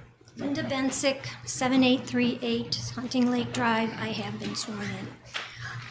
I go back to looking at the plans and I see the restaurant was pointed out in an earlier thing with the back to our street and the side to the street.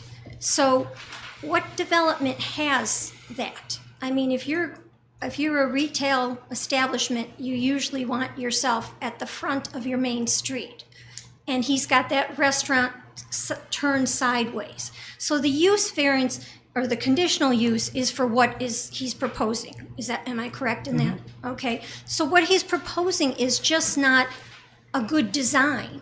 it's not a good use of the property. If he wanted his building to be up in front and be there, maybe that would make more sense. But it's just, that access coming in off of Hunting Lake with big trucks can go right to the back where he's got those garage doors for his showroom, which he called it tonight. So I'm not sure what the difference between a showroom and a warehouse is. Again, it just seems like it's a really big building with a undefined usage. And the restaurant, I'm just wondering where the deliveries are going to be made. Are they going to be made on Hunting Lake? Because there's really no, most restaurants you see over on the other part of Cryle, they come through the back part to drop off. We don't even know if a restaurant is going in there. Again, I will reiterate that this is a first step in a longer process. Right, but and all of your concerns that you just brought up aren't ours to address. Okay, so conditional use then is just you can put commercial in there? Is that basically all you're saying? In the Okay. parameters that he set forth, yes. Okay, well, I guess I have nothing else to say then. Stay tuned.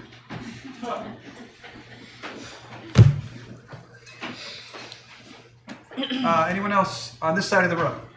Come on up.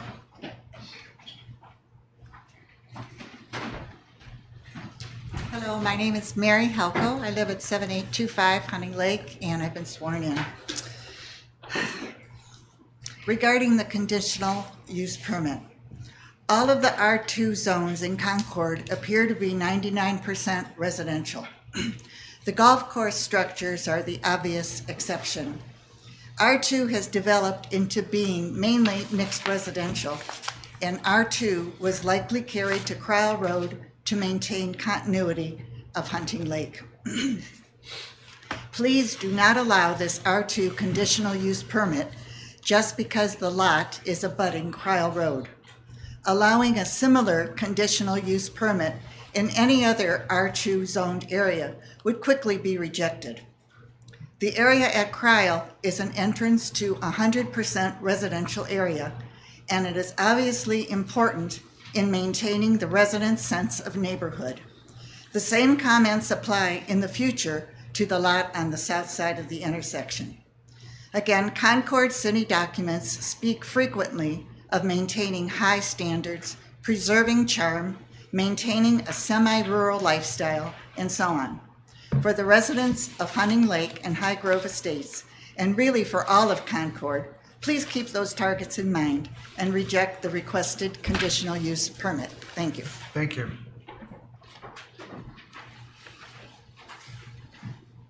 Anyone else on this side of the room? Oh, okay. This side of the room. Anybody? Now I can use my green button. Oh. Lucky us. It was so cool. All right, Dave Hall, 7806 Hunting Lake Drive, and I have been sworn in. All right, so now we got past the variance. We're talking about what the building is. We're talking about what the buildings are. When he brought this plan to you, he brought this. Every building and every area on this, you guys have to look at when you guys actually approve it. This is the plan that he brought. No problems. All right, if they match to what the rules say. When it came to the warehouse, he changed the vernacular. All right, that's my little speech right here. I'm gonna try to get through that in about 2 minutes because I don't need to go 20. All right, thank you for hearing from us tonight. I really want to reach out and say thank you. I love local bureaucracy and politics. Also, I watch C-SPAN all day long. That's a hobby of mine, but my wife doesn't like too much. Don't worry about that. All right, there's a lot of emotion that's been shared tonight. All right. Well, it's because, there was a big middle finger put to our face when all that was clear cut for no apparent reason last month when we opposed the trees getting cut down. All got clear cut and thrown on the ground. Whatever. All right, he owns it. He can clear cut it. All right, I want to start with a little background on myself. I moved here a couple years ago. This is the first year I've actually spent 4 seasons in this city. I spent the last 13 years in either Iraq, Afghanistan, or Africa. All right, so it's been really nice to move here. And when we looked in Northeast Ohio, we looked everywhere. First of all, my accountant said to move here because Rita couldn't touch her pockets. So I said, let me look at it. And I did. When we got here, had everything that we possibly wanted. All right. So when I first came here, I told you guys I was the youngest family in this neighborhood. I I got a 1-year-old boy right now, be turning 1. By the way, congratulations on your little girl. I heard about that last time, first time I met you. You look pregnant. Congratulations on that. Thank you. All right. So when I'm looking at Concord, I'm looking at 5 to 10 to 30 years from now, living in this place, hopefully seeing it grow into what we want it to grow into. All right.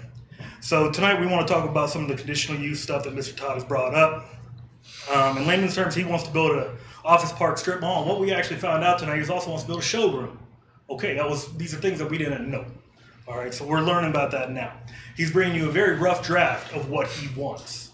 In the rough draft, it says certain things that you need to be able to read between the lines of what it is. Mostly because he just changed the vernacular on it. When you change the vernacular on it, it does not change the purpose use. In January, he said he would be storing work trucks, it would be employee parking, and he would store, and you can go back to the video, he would store parts and things that he had from leftover houses in it. All right, it's warehouse, can't do it. So when we're talking about what this actually is for, this building and this building alone, he cannot use that building for those things. Again, just the rules. You guys went with the variance, you looked at every part of them, you said, all right, these rules will be set aside. Cool, awesome. Still And looking at again, rules. we're not the final arbiter. Exactly. But what you guys are the first step. And if you say no at the first step, he needs to come up with something different to ensure those final people have every one of your constituents' hearts in mind. All right? So some of the stuff that we've been talking about tonight is very subjective. Mr. Sweeney, last time you spoke about progress. Progress is going to happen. You say that, I agree. Ohio was pretty progressive about 2 years ago when we passed marijuana and abortion laws. Do we want a dispensary here in Concord? Do we want a Planned Parenthood in Concord? I don't particularly know. Let's try and stick to that. I am. Because, let me finish this, because when he puts this building in here, we don't know who the residents are. You yourself asked. And as I've said over and over tonight, we're not the final arbiter. But then why did we're you not ask? the final decision maker of what goes in that building. Last month, you asked him personally. You asked him who the people were to go to rent that place, and he said that you didn't know. It's a lot of different emotions than last month when we were here. Cool, no problems. Well, here's when it comes to it. You need to be thinking about who's in this actual place. Because eventually, after serving your community and everything, you will retire. There will be a new set of trustees in here, a new set of board members, and they will decide what goes in that thing. All right? Because from what I understand, is with conditional use, the renters must come and ask to be part or to actually rent that space with their designated retail, what they decide, right? So if I want to sell weed, there is a not our decision. But I understand that that comes to Concord as conditional use that they have to ask, right? Not our decision, though. Your decision or not Concord's decision? Our decision is clearing the first of many hurdles. I understand that. But you're still a hurdle. You're still a understand hurdle, that, all of you. But you're presenting hypothetical occupants of a facility To a hypothetical building. that hasn't even been built yet, that will pass after us through many other gates. To a hypothetical building with a hypothetical parking lot, because tomorrow Mr. Victor can go under and none of this even matters. We are all speaking hypotheticals tonight then. Because this is not built. This is not finalized. He has no architecture, no nothing. It's all hypothetical. So therefore, we have to go off of what we see. And what we're seeing is he is building things that are outside the limits of what's allowed. And the first hurdle is to make sure that he's in the limits. If you read the entire conditional use list of things that can occupy that property, they're almost limitless. There's 30 things. Okay. 30 in the PUD. Limitless in terms of this design and use. Underneath and the so on. Concord zoning, township zoning resolutions, All right, on the sir, purposes and everything, sir, have that. you don't need to get so heated. All right, you're right. You're I stating don't. you're stating your I enjoy opposition this. to this. Yes. I would ask that you stick to that and complete it. All right. My opposition to this is over the last 4 months, through Mr. Victor's own words, through your guys' own words, this does not meet what the standards are that he is requesting. All right? He did a very good job in adjusting the restaurant because he took out the variance for the drive-thru.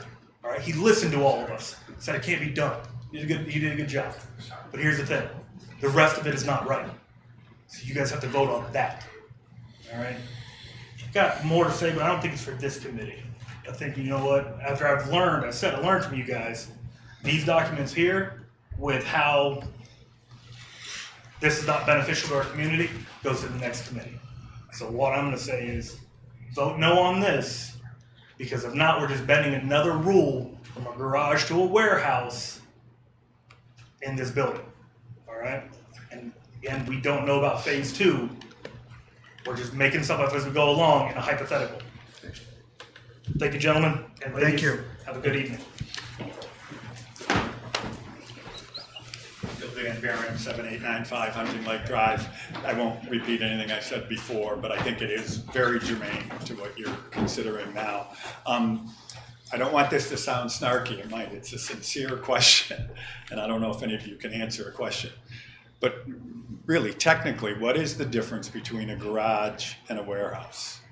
We can't address that. Okay, all right. There was one other thing I wanted to say, and it's gone. So, oh, you've said a number of times, this is only the first step. I think you can decide to make it the final step if you deny the conditional use permit, Absolutely, right? you can. So you're making it sound, this is not just the first step. This could be the end, and that's what I'm asking you to It do. absolutely can be. Until he starts with a much more reasonable plan, deny the conditional use. I did want to clarify one thing he said about the differences between a garage and a warehouse, neither of which. We don't need to address that. I know, but I'm talking this out loud so I understand it. But So we my, don't even need to address it. I'm addressing it for me so I understand it. All right, well, keep it to yourself. I won't, simply because neither of which are allowed in the PUD as I'm reading it. I'm just trying to understand it. And I do want to mention really quick, a garage and a warehouse are defined in the zoning resolution. Okay. In section, I think it's Article 5 or Section 5. Thank you. Yep. That's it. I didn't mean that. I know. With love, I know. I said it tongue in cheek. All right, Maria Minardo, 7895 Hunting Lake Drive, and I've been sworn in. I would like you to decline, this request. And I just wanted to be on record, because I know we're all really disappointed. You keep saying, you're not gonna make these decisions, you're not gonna decide on this, it has to go to the next board of zoning and all these other things. But what you have done tonight is open the door for so much more, which is what we were trying to limit. By giving him that variance, you have enabled him to do a whole bunch more building and a whole bunch more clearing, and very impactful things are gonna be going in there. So we're gonna have to deal with dumpsters being emptied at, 5 in the morning when the restaurant gets put in. Because if this drawing comes to fruition, we're all gonna be watching the rats run in and out of there, and, it's just, you've created a problem by granting this variance that none of us wanted to see. And I'm really disappointed in all of you. That's what I have to say. thank you. Next. Michael Bensick, 7838. Yes, I've been sworn in, Hunting Lake Drive. Can I ask a question, or is that off limits? I'm looking for clarification on what. Ready? Before, We can? Okay. You don't have to, I didn't you think might not we have could. the answer, but you could. this is All right. a simple question because it impacts what I may have to say. You might want to pay attention to. Conditional use. What do we vote? I mean, he's looking down at his. Sorry. So what are you actually looking at when it comes to conditional use? What do you want me to make a comment on so that I'm on point? Is this about the buildings? Is it about the size of the building? Is it about, so What is the conditional use, if I may It's ask? about his presentation that he presented to us. So I'm voting on the presentation? In its final form. So can I make a comment about the buildings, or is that? You can say anything you want. All right, so I find it very interesting that not one The of you. question though is the buildings, we're not voting on the buildings. I understand you're not. Well, let me make one comment on the building. I found it very interesting when you guys spent so much time calculating how many spaces on that, and the 13,400 square feet for his main building. Not one of you asked about shrinking his 5,500 square feet down. Not one of you. You all focused on, We did last meeting. I wasn't at last meeting, I'm sorry, I was in Colorado. Then my apologies. But not one of you at least brought it up today in terms of, hey, 4,500 here, something, whatever. I will also say the 3,800 square foot restaurant, which was described by one of the township leaders, who will remain unnamed, is actually the size of two Starbucks, two standalone Starbucks. And I too can go out and find facts on the internet. I'm actually really good at it. And if you use industry standards, you're going to have 125 to 190 people in there. So when you look at how many spots you're going to have for parking and all that, factor that in there. So 180 people, if you have everybody there one night at a restaurant, that's 90 cars. So just so you're aware that you guys are worried about 66 or 67 or whatever, 3,800 square feet is too big a restaurant for that spot. And the size, I could care less, as we've said all along. We know he's going to develop it. That's not an issue. It's back to, there's too much in there, there's too much playing with words, a warehouse. He has backed off on that numerous times. You can look up the definition. And conditional use means you can set conditions on what, if I'm reading this correctly, you can set conditions. Otherwise, I'm not really sure if we're just talking here about a bunch of boxes, which is a really interesting thing that you can do at home. I oppose this, obviously. Thank you. Anyone else? All right, thank you for your comments. If there are no more comments, I will close the public hearing for this matter. And I will entertain, or the question, or I will entertain a motion to approve the conditional use permit application 2023-27. So moved. Second? All right, discussion. I have a question for you guys, and I might be wrong, I don't know. We are approving not necessarily the buildings. So if we say yes, he can have his conditional use. He can, hypothetically, legitimately take this plan that he showed us and give a completely different plan to zoning. Mm-hmm. We're not approving this plan at all whatsoever. We are approving you can do this very large definition now, make a different plan or keep the same and give it to a completely different board. Right. We're just saying you can bring this to the next step of the board. If we approve. approve. So what the buildings look like, whether there's a garage or not, that's not up for our debate. What about square footages? Same with the square footage, that's not up for our debate. How many parking spots are not up for the debate? Right. Just whether or not he can. If it moves forward. Okay. Just want to be very clear on that. Anything else?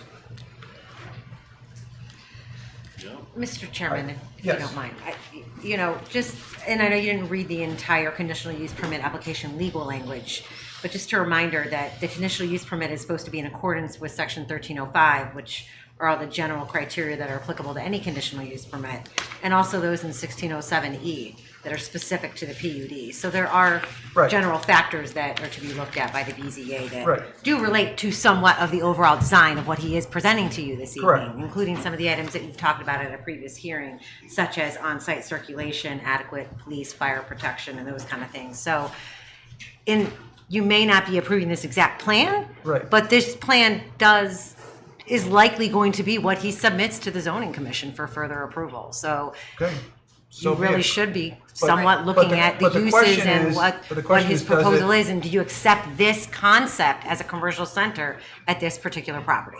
As meeting a conditional use. In accordance with allowance. 1305 Right. and 1607. Yeah. So there's a broad statement of And this, if but- legal counsel wants to chime in on that, but I mean, you Right. do have to consider what he is showing you here. Correct. Specific to the uses and the layout. But like whether or not there's a garage door or not, whether or not it is exactly the 13,433. If he's proposing uses that are not permitted in the PUD, then that, you should consider that as part of Right. your vote tonight. Is a garage door is the question. If we feel that as presented, the dimensions and so on don't meet a conditional use allowance, then you don't approve it.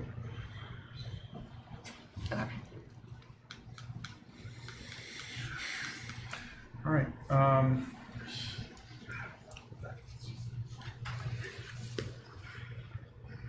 All right, any other discussion?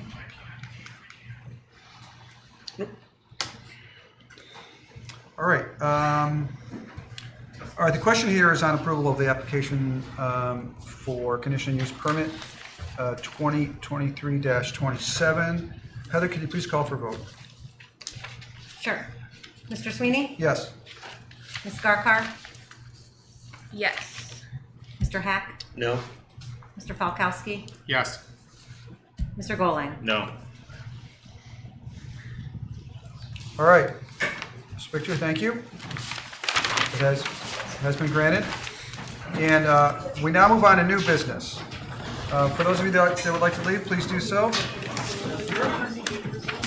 Come take a recess. This is. Mike's are still on. I'll do more work, right?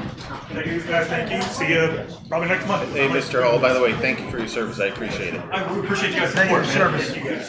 Congratulations, man. I tried to fight you on it, but congratulations, you did well. It's like a final birth. All right, we are still in session, so if you could please exit as quickly as possible. You guys okay, or? Yep. Let me get some more water. Is that right? I would love more water too. I'm sorry.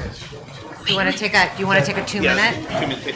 Yeah. We set for 2 minutes. All right, you want to take a 2-minute recess?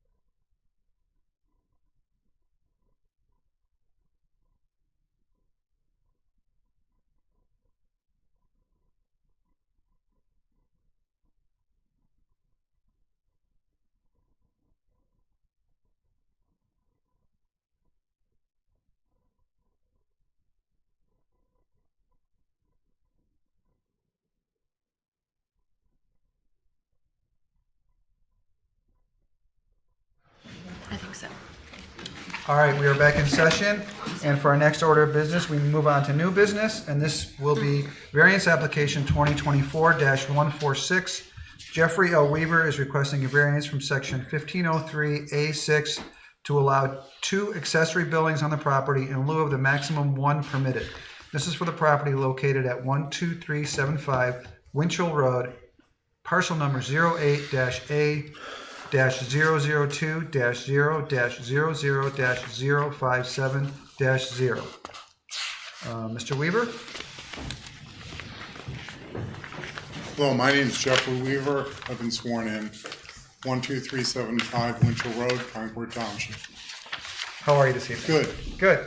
All right, so we've got your application here. Could you please give us a rundown real quick? Yeah, I want to build a pool house, and it's 12 by 16.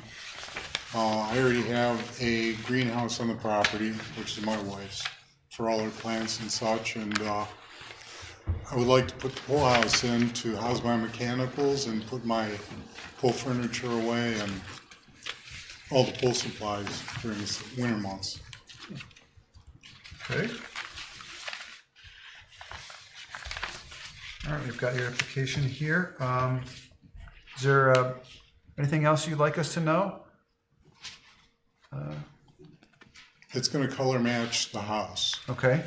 It'll look just like the house, siding and roof. Okay. And this will house a mechanical? Yeah, the pump and the filter and the heater. Okay. All right. I'm having a company build it. Zion Structures out of Manor. And this is? Sorry? This? Right there? I think it's the greenhouse. Yeah. That's the greenhouse, right? Mm-hmm. The existing greenhouse? Yes. Mm-hmm. Okay. Yeah, you got a greenhouse? Yeah. It's a combination shed greenhouse. Yeah, that's a nice. That's where she puts nice all her greenhouse. pots. Thank you. And then the pool house is going on, of the pictures you submitted, this cement slab that's Yes. sticking out. 12 by 16. Where's that? Which one is This that? one right here, this cement slab. Oh, yeah. Got it. This Yeah. small one here.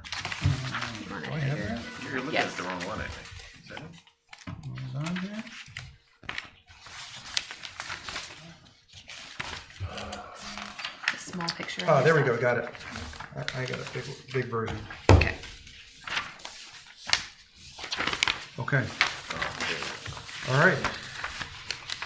All right. Anything else? That's it. All right. All right. Thank you very much. Thank you. Is there anyone speaking for or against this application?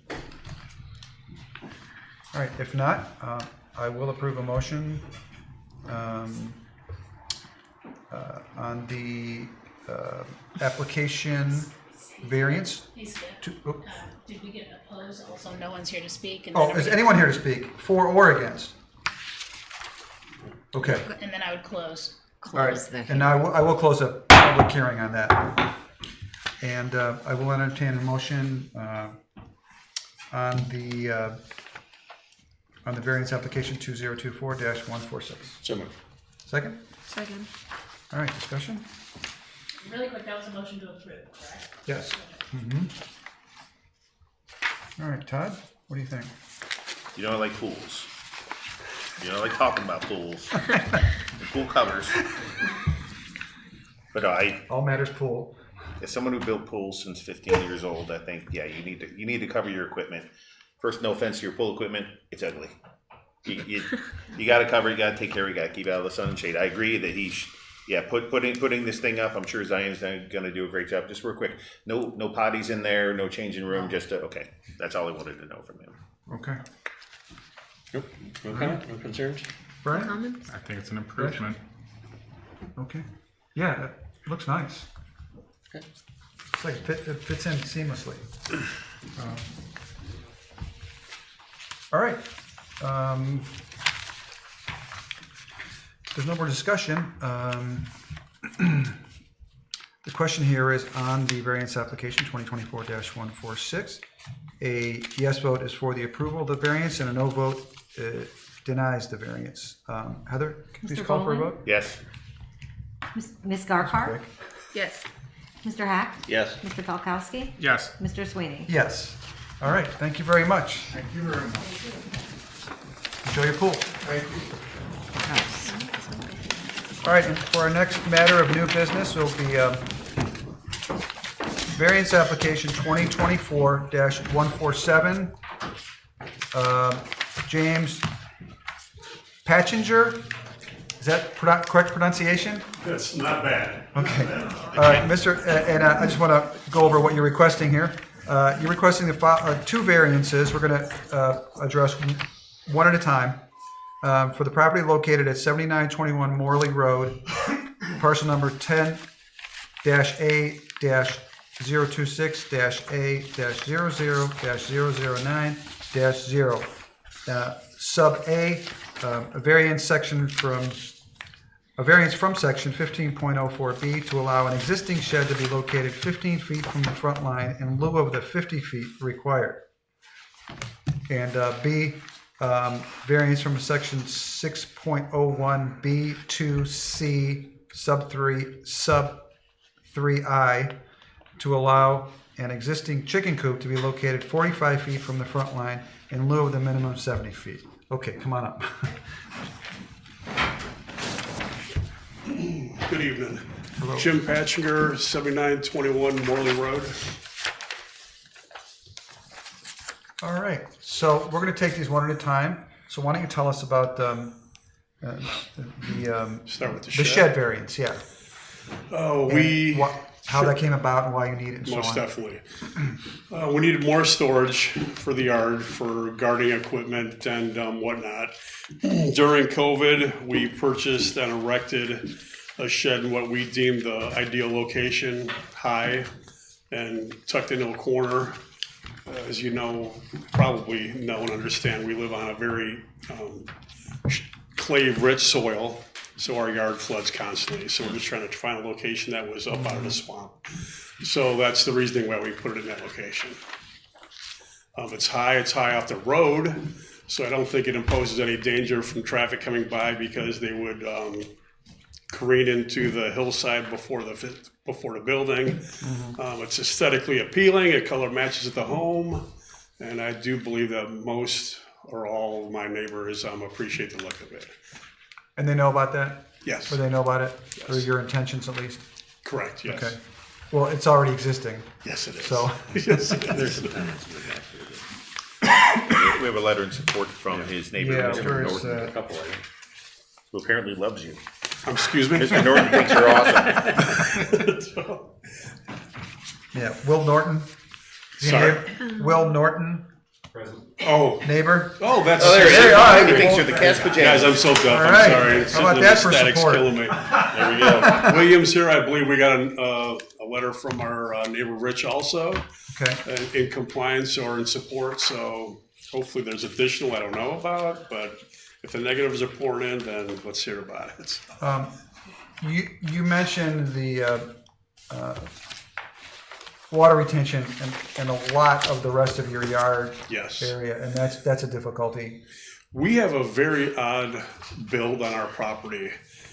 If you see the overhead view of it, we have, I believe, 1.6 acres of property, but the home was built 15 feet from the back lot line, which really shrunk our backyard to a degree, and our whole front yard per se is our leach bed for our septic. Yeah. So we were kind of trying to keep that shed back in our backyard. Got it. All right. Anybody else? I do have a question. So this is for an existing shed, Right.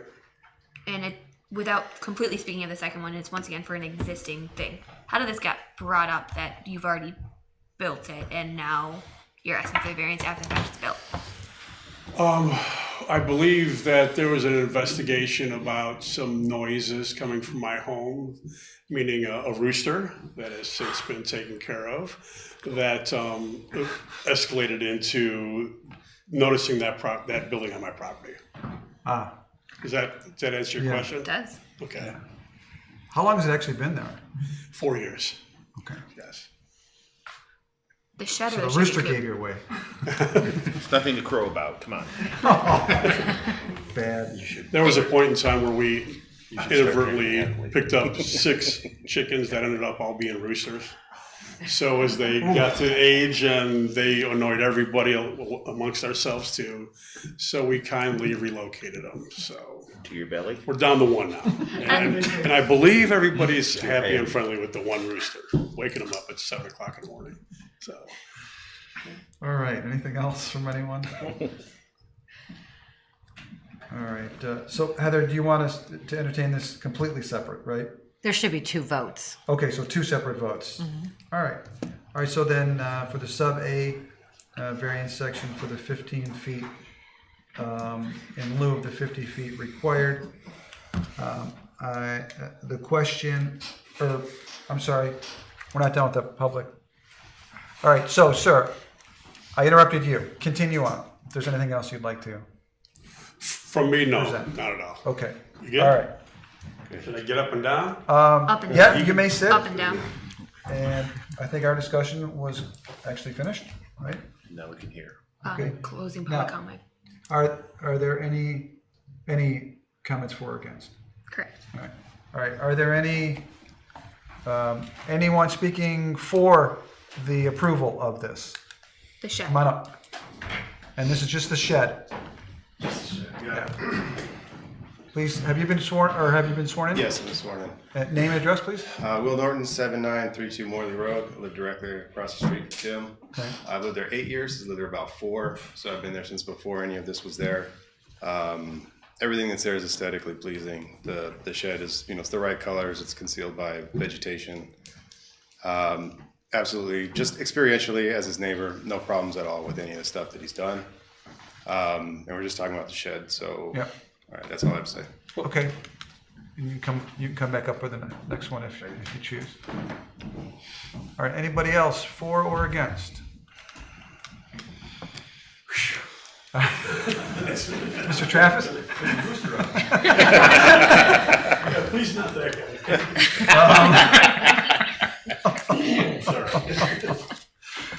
All right, if there's no more public comments, I will close the public portion of the hearing. Wayne will come up, he's no chicken. You're just full of them tonight. I earned that one. All right, so any other discussion? Nope. All right, if not, Staff report's pretty clear. the question here is for the approval of sub-A of variance application 2024-147 for the 15 feet setback in lieu of the 50 feet. A yes vote is for the approval of the variance, and no vote denies it. Heather, can you please call for the vote? Do we do a motion and discussion? Oh, yeah, I think we went past, we did the motion. Did we do the motion? We did the motion to open up the public hearing. But that was it? Yeah. Okay. All right. Do I have a motion? So moved. Second. Okay. Okay. All right, Heather? Was there any discussion by the board Any first? discussion? No. I have no chicken jokes. No more chicken jokes. All right. Okay. If not, Heather, can we take a vote? Sure. Ms. Garkar? Yes. Thank you. Mr. Hack? Yes. Mr. Falkowski? Yes. Mr. Goling? Yes. Mr. Sweeney? Yes. All right. First part has been granted. Congratulations. Now we will address the second part. If you could come back up, and this is to allow an existing chicken coop to be located 45 feet from the front lot line in lieu of the minimum 70 feet required. Go ahead. Reintroduce Jim Patchinger, 7921 Morley.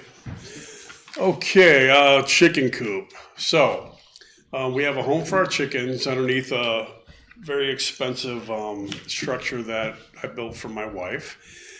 Strategically located, again, in our backyard behind our garage, with access from the back of the house through the kitchen. Again, keeping it behind the house for safety.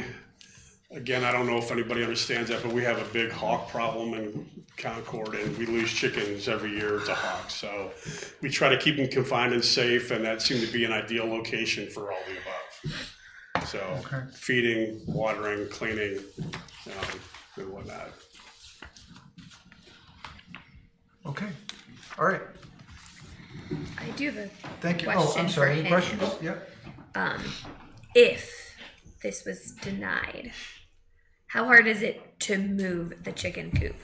So The fact that it seems like it might be attached to your house, partially. So we'll be completely transparent here. So there are some structures that can be removed to increase that linear footage from that center line.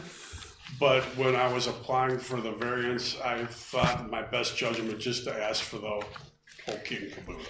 So the physical home where they sleep, it'd be very hard to move.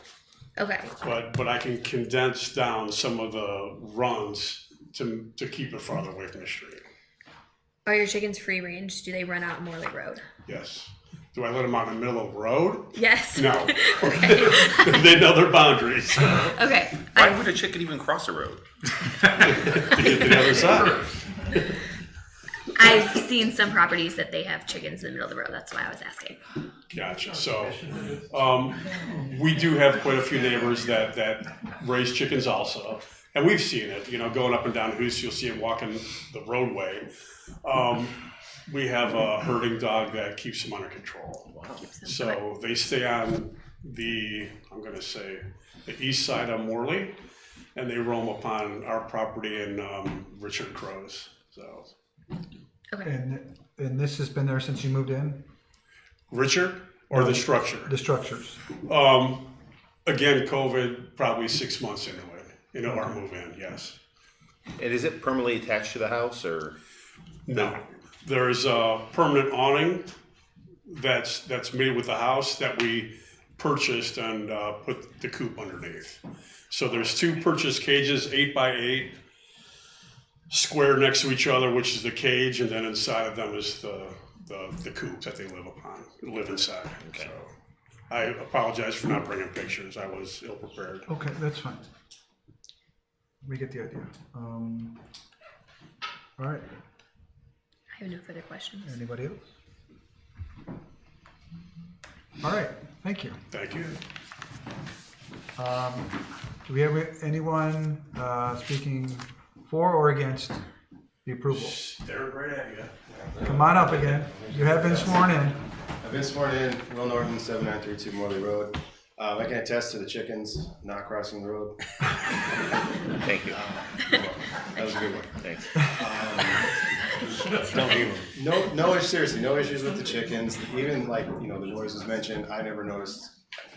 It's whatever. It's not an issue as a neighbor. I don't see anything other than, some chickens roaming, which, my kids love it. So I think it adds to the appeal of the neighborhood. No issues. Are you the neighbor across the road? Yes, sir. Okay. Who's the neighbor behind you? That's Rich Crow. Okay, gotcha. I think we got a letter, didn't we? Yes, you did. From him? Yeah. We live in his mother's home. His mother that passed. So Oh, wow. that's how we ended up being there. Oh, that's great. All right, anything else? Nothing else. Okay. Thank you. Anybody else speaking for or against?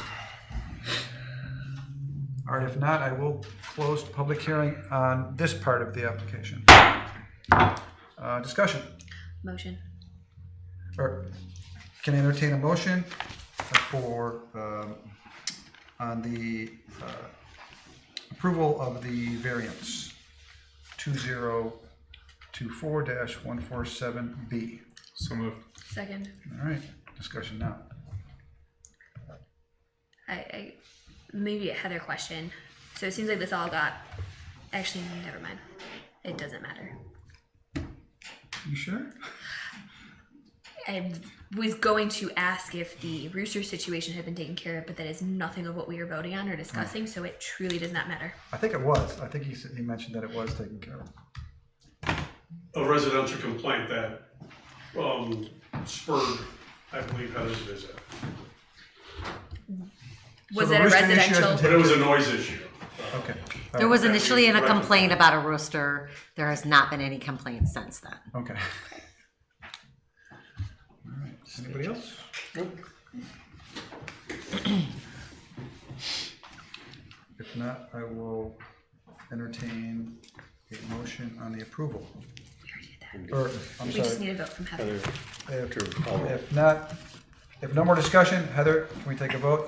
A yes vote approves the variance, a no vote denies it. Mr. Falkowski.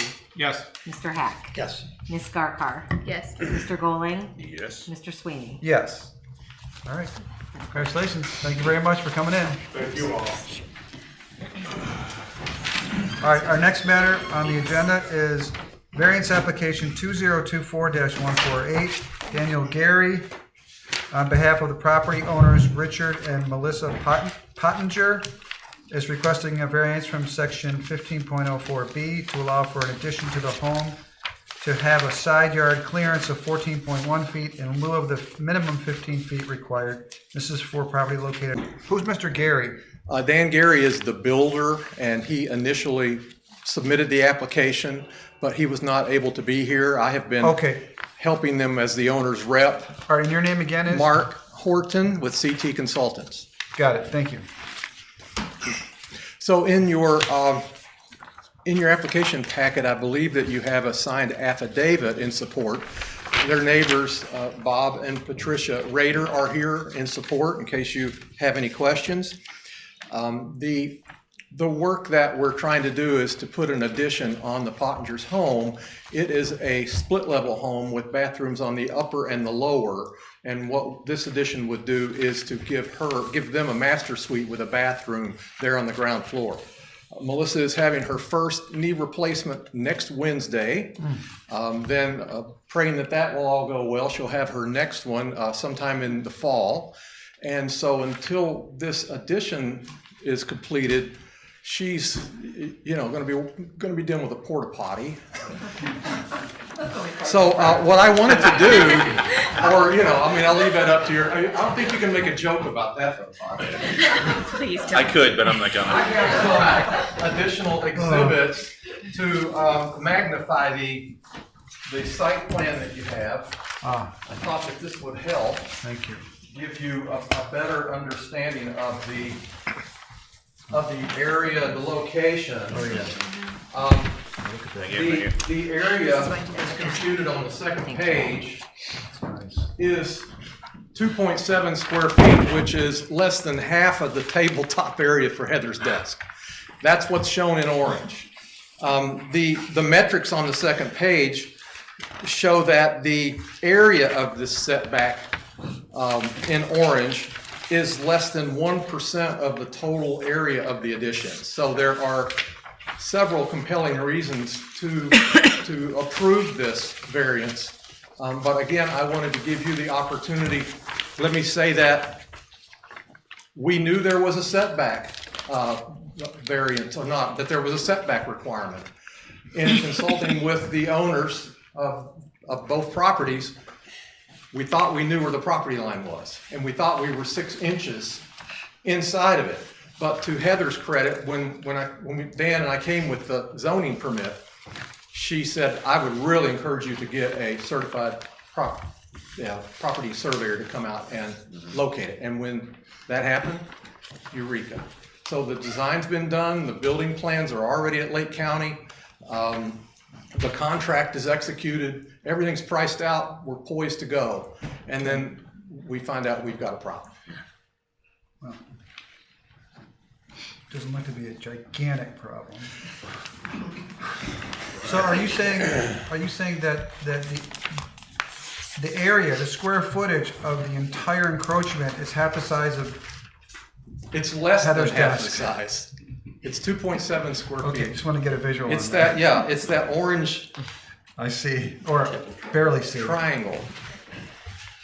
All right. But it needs to be dealt with. Right. Anything further? Not from me, thank you. All right, thank you very much. Anyone speaking for or against? Come on up.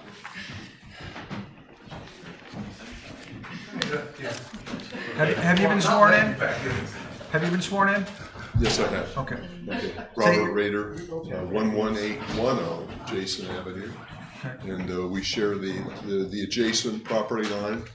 And so we've been in conversation as they put together the plans. And we think it's, for us, it's a no-brainer because it doesn't affect our property line, doesn't affect our variance. And so they're going to take a little piece off of their variance, and that's it.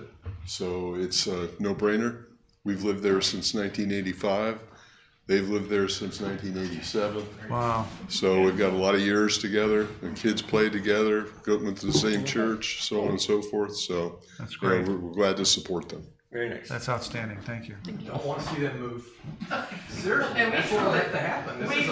This is an agent's dilemma here. All right, if anybody wants to come on, talk, come on up. You have to do this officially. All right, Mr. Traffis. We'll put that in. Thank you, Wayne. Thank you. Wayne Traffis, 7419 Far Hill Drive. And the only reason I'm here tonight, we moved in 85. We live on the corner of Jason and Far Hill.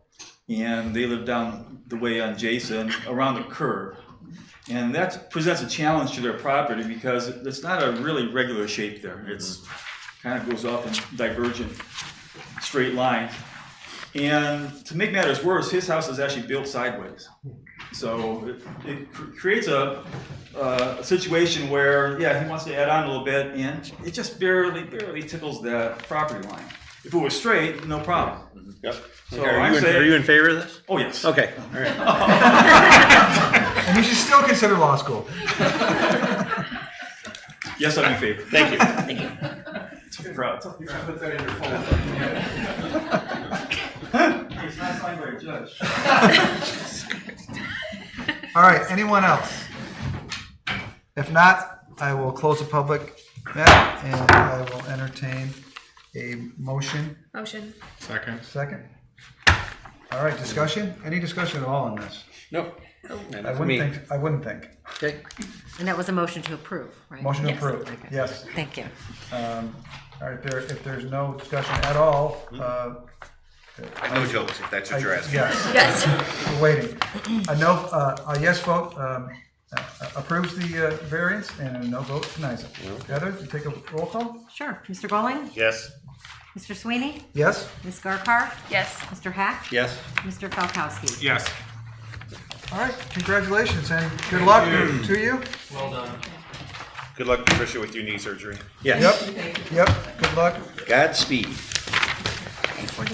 All right, we are on to the next matter this evening, variance application 2024-149. We'll give you a minute to get out of here.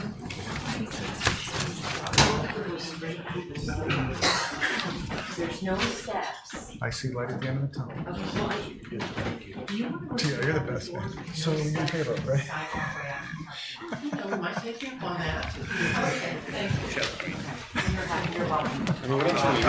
I don't know who has less space, maybe TR or me. Clearly TR. Oh, I've never seen anyone use that door. Sure. I Yeah, I didn't just have to know make that sure it's- wasn't attached to a fire alarm, to be totally blunt. I didn't either. But it was attached to a That's fire alarm. interesting. Does kind of seem like an emergency. Where is that? Is that the That's- road? That's Ravenna Road Is right that there. Ravenna Road? Yeah. Yeah. Yeah. I get turned around when I come in here. All right, for our next matter, we are at variance application 2024-149. Gregory Nowak is requesting a variance from section 17.07A and 17.04B to allow for the construction of an accessory building to have a 26-foot riparian setback in lieu of the 75-foot required. This is for the property located at 7481 Burnell Drive, parcel number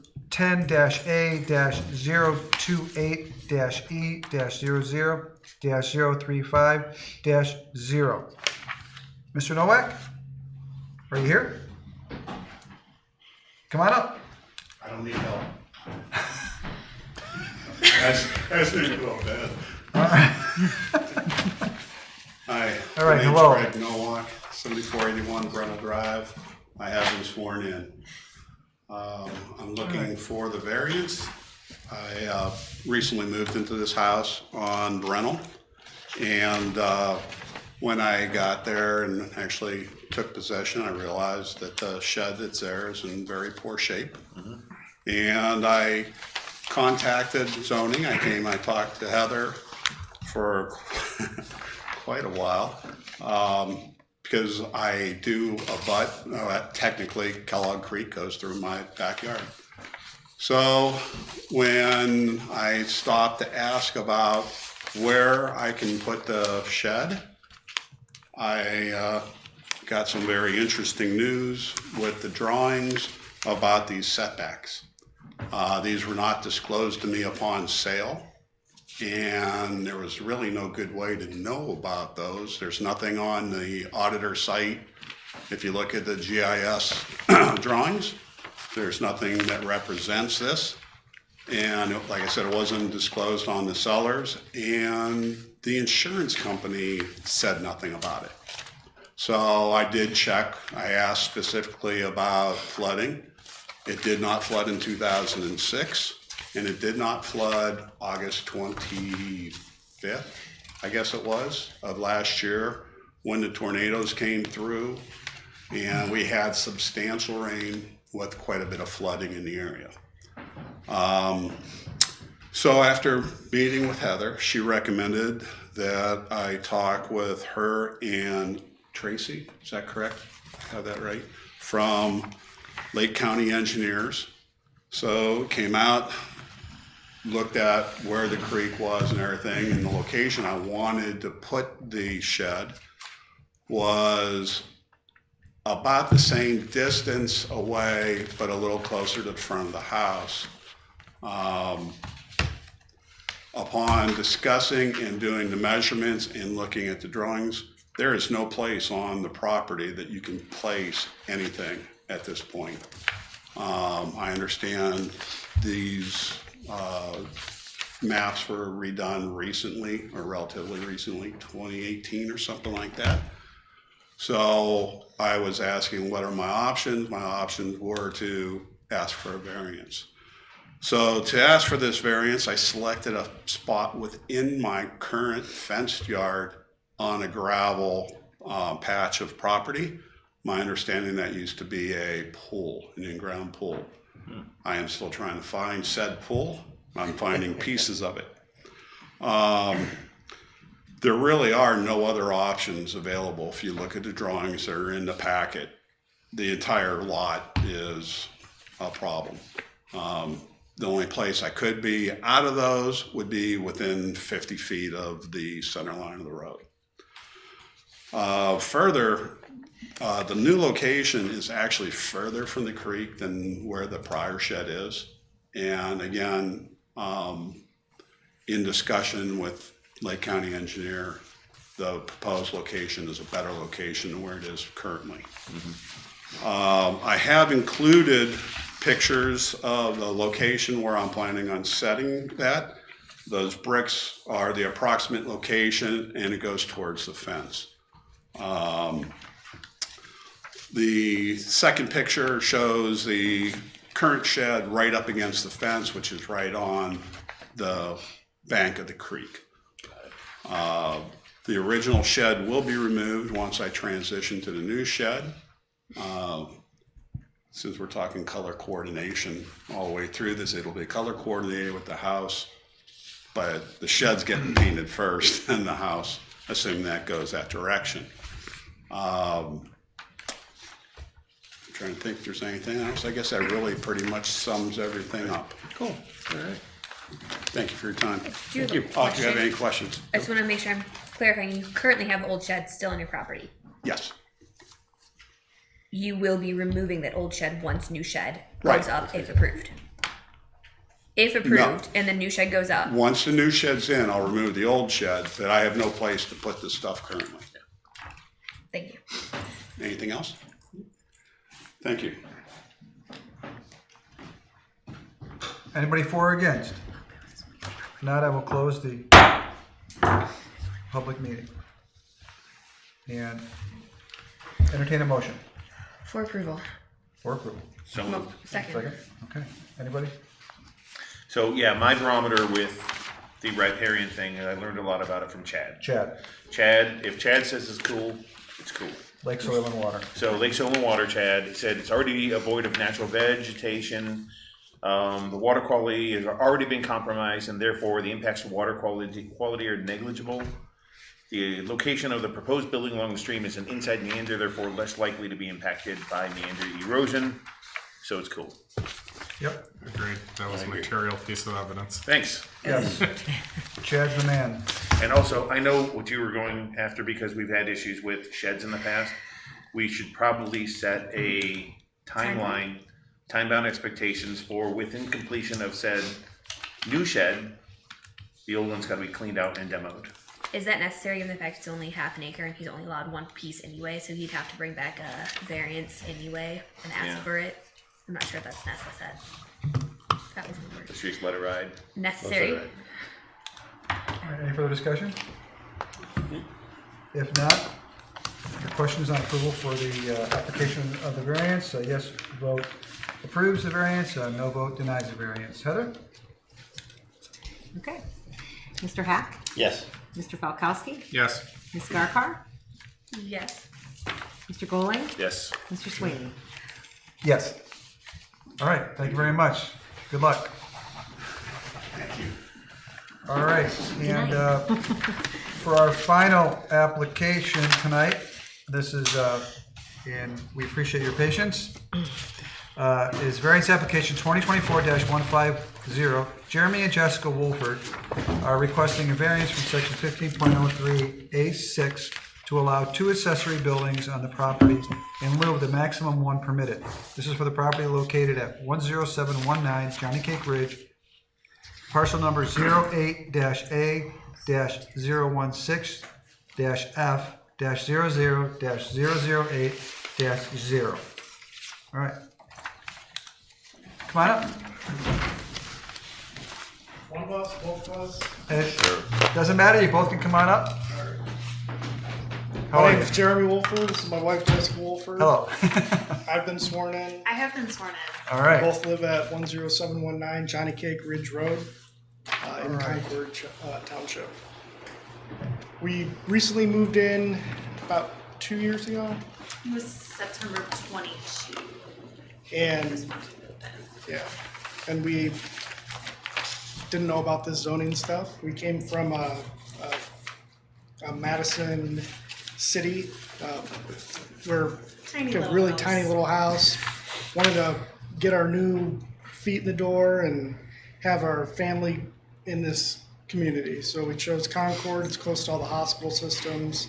Both my wife and I are both registered nurses. We work in the operating room. I assist in surgery, and it's crucial for me to be close to the highway. I have a 30-minute call-in time, and with traumas and emergencies, I need to be ready. Hence, we needed to build a shed to put all of our kids, like UTVs, Power wheels, water tables, balls, jump ropes. But not the kids bicycles. themselves. Yeah. Maybe That's a ask me, I was gonna say ask us another day. We have ATV and our riding lawnmower. We have 3 children, 5, 7, and 10. We have an outbuilding out back that was already on the property when we purchased the house, and that was intended to be a wood shop. I've been a woodworking hobbyist for some time, and that was the biggest, like one of the big selling factors of the house was, oh sweet, now we have a wood shop. This is going to be cool. Got it. We had to gut the whole thing. There's holes and everything, and blah blah blah blah blah. That's an ongoing issue with trying to get that up and going. But we needed a place to store all of the other equipment as well. We talked about building onto that wood shop and putting on another accessory shed or building for the kids to get all of their stuff. But then our neighbors behind us have cows. So there's an electric fence behind us. We don't want our kids going all the way down there. Whoa. To, Heaven forbid they touch yeah, so something or trip or so we're fall. so we Where is wanted this? to put Johnny a. Cage Ridge. But where on Johnny Cage? You know where Chestnut is? Four houses You know what Chestnut. Yeah, On by the right Chestnut. side. Tower is? Right. Okay, those where they are. cows. Yeah. Yeah. I know where they 44. are. That house right there. Right. To bring Oh, up yeah, those chickens, cows, our yeah. neighbors neighbors behind have us chickens. have roosters and chickens Not and, roosters. You don't want roosters. and what are they? I'm Lambs, trying, sheep. yeah. But anyways, Yeah. it's a Okay. nice little area. We chose the house because it was centrally located everything that we need to be in. We wanted a ranch and nice acreage for the family to be in. But the reason for the shed, the main reason for the shed is that we don't want the kids going anywhere near the routers and drills and saws and The wood slabs, yeah, everything. all that stuff. Right. Like, they're still little. If they were teenagers, it'd be different. Right, But and the electric fence behind it. I think it's just not, so the location that we put the shed in, it's on the side of the house and it's in like a location that it's not close to the road, it's not near anywhere that they could possibly get hurt. So they can go outside, grab whatever they want, play in the yard, in the front, in the driveway, and it's safe. It's the big thing, it's safe. And it was dead space in our yard. It was literally, there was Dead. nothing you could do there. There was dirt. There was no grass growing. It was just, we were like, hey, let's put a shed here. So then, not knowing about the zoning issues, we purchased the shed. It's up, it's on gravel, so it's not a permanent structure. It could be moved. But we had the shed built for that space. So there's windows that let light in, and it's behind shrubbery. There's 2 doors that open access. It's perfect for that spot. But Can you see it from the road? you can see it from the road, and that's what brought up. I believe Is it that's on what the brought right up- half of your house as you look at it, or the left Yes, half? on the right. Actually, if you're looking at the house from Looking at Johnny the Cage, house, it's on the left, yeah. If the Oh, house is yeah. in front of you, Yeah. and you're looking at it from the road, the shed is on the left in the back. Got it. How did this get brought up that you cannot have 2? We don't know. We don't know. When We I didn't talked to know. Mike, is that the assistant? Mike, he said that some people drive around and they notice new construction. This is a new, like, it looks different because it's brand new metal roof, painted, like our house is brick. It doesn't match the same colors. So he said they noticed new construction, so then they pulled it to see if there was a permit, and they put a permit in, and then we went through that process after it was already up. Have either of your neighbors to either side had a problem with it? No, and before we even put it up, we were talking to them, saying, hey, we're gonna put up a shed. The They're one like, neighbor, okay. yeah, the neighbors to the left of us that the shed faces, we talked to them about it Okay. before. And we're very friendly, our neighbors are friendly, we help each other out all the time. It's like, anytime we need yard care, like, we help trim each other's branches, like, we're Good relationship with good Okay. relationships. So is it? I get your picture up. Is it over here, like in the it's shade? behind the bushes. And it's behind those bushes. You can see the window Clear. and the, Got it. like, I can't see. I have a, That's it's okay. We're good. Do you like to look? I know where it is. It's good. Okay. I think he's talking right here. Not Right. the trees, the bushes. Right. Okay, all right. All right, okay. All right, thank you. Anything further? I don't believe so. All right. All right, anybody for or against? If not, I will go ahead and close public hearing. Discussion? A motion? Or entertain a motion For approval? for approval. I will make a motion for approval. Second. All right. Any discussion? Nope. Nope, none? No. If not, the question is on the approval of the variance. Yes vote is for the approval of variance, and no vote denies the variance. Heather, can we take a roll call? Ms. Garkar? Yes. Mr. Hack? Yes. Mr. Falkowski? Yes. Mr. Goling? Yes. Mr. Sweeney? Yes. All right, congratulations. Thank you. Thank you very much. Thank you. Election of chair and vice chair tonight?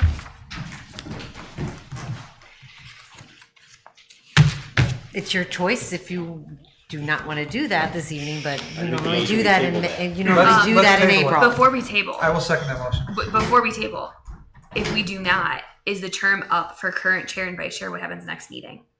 If we do not talk about it, what happens next meeting? When is that term up? Legal. Well, I don't know. That's a fair question. Historically, What yeah, I if know. someone would like to We don't really have it in our. There's no volunteer? set procedural manual for this board, so I don't So know. I it guess I doesn't would defer to legal. It doesn't matter. It's not a Right? term. Doesn't matter. Okay, so we Um, are still good at operating next week with our or next month with our current chair and vice chair if we It, table. it doesn't matter. Yes. Then okay, I'm fine. All right, next would be a call for a motion to approve the minutes from May 8th, or I'm sorry, not from May 8th, February. from No February. minutes. There's I no will minutes. abstain, I don't believe I was at that. There's no minutes. There's Are no there any minutes. minutes? No, There's there no are no minutes. minutes, okay. No minutes. All right, next board meeting, May 8th, 2024, and that concludes the hearing for this evening. Thank you. Mike's down.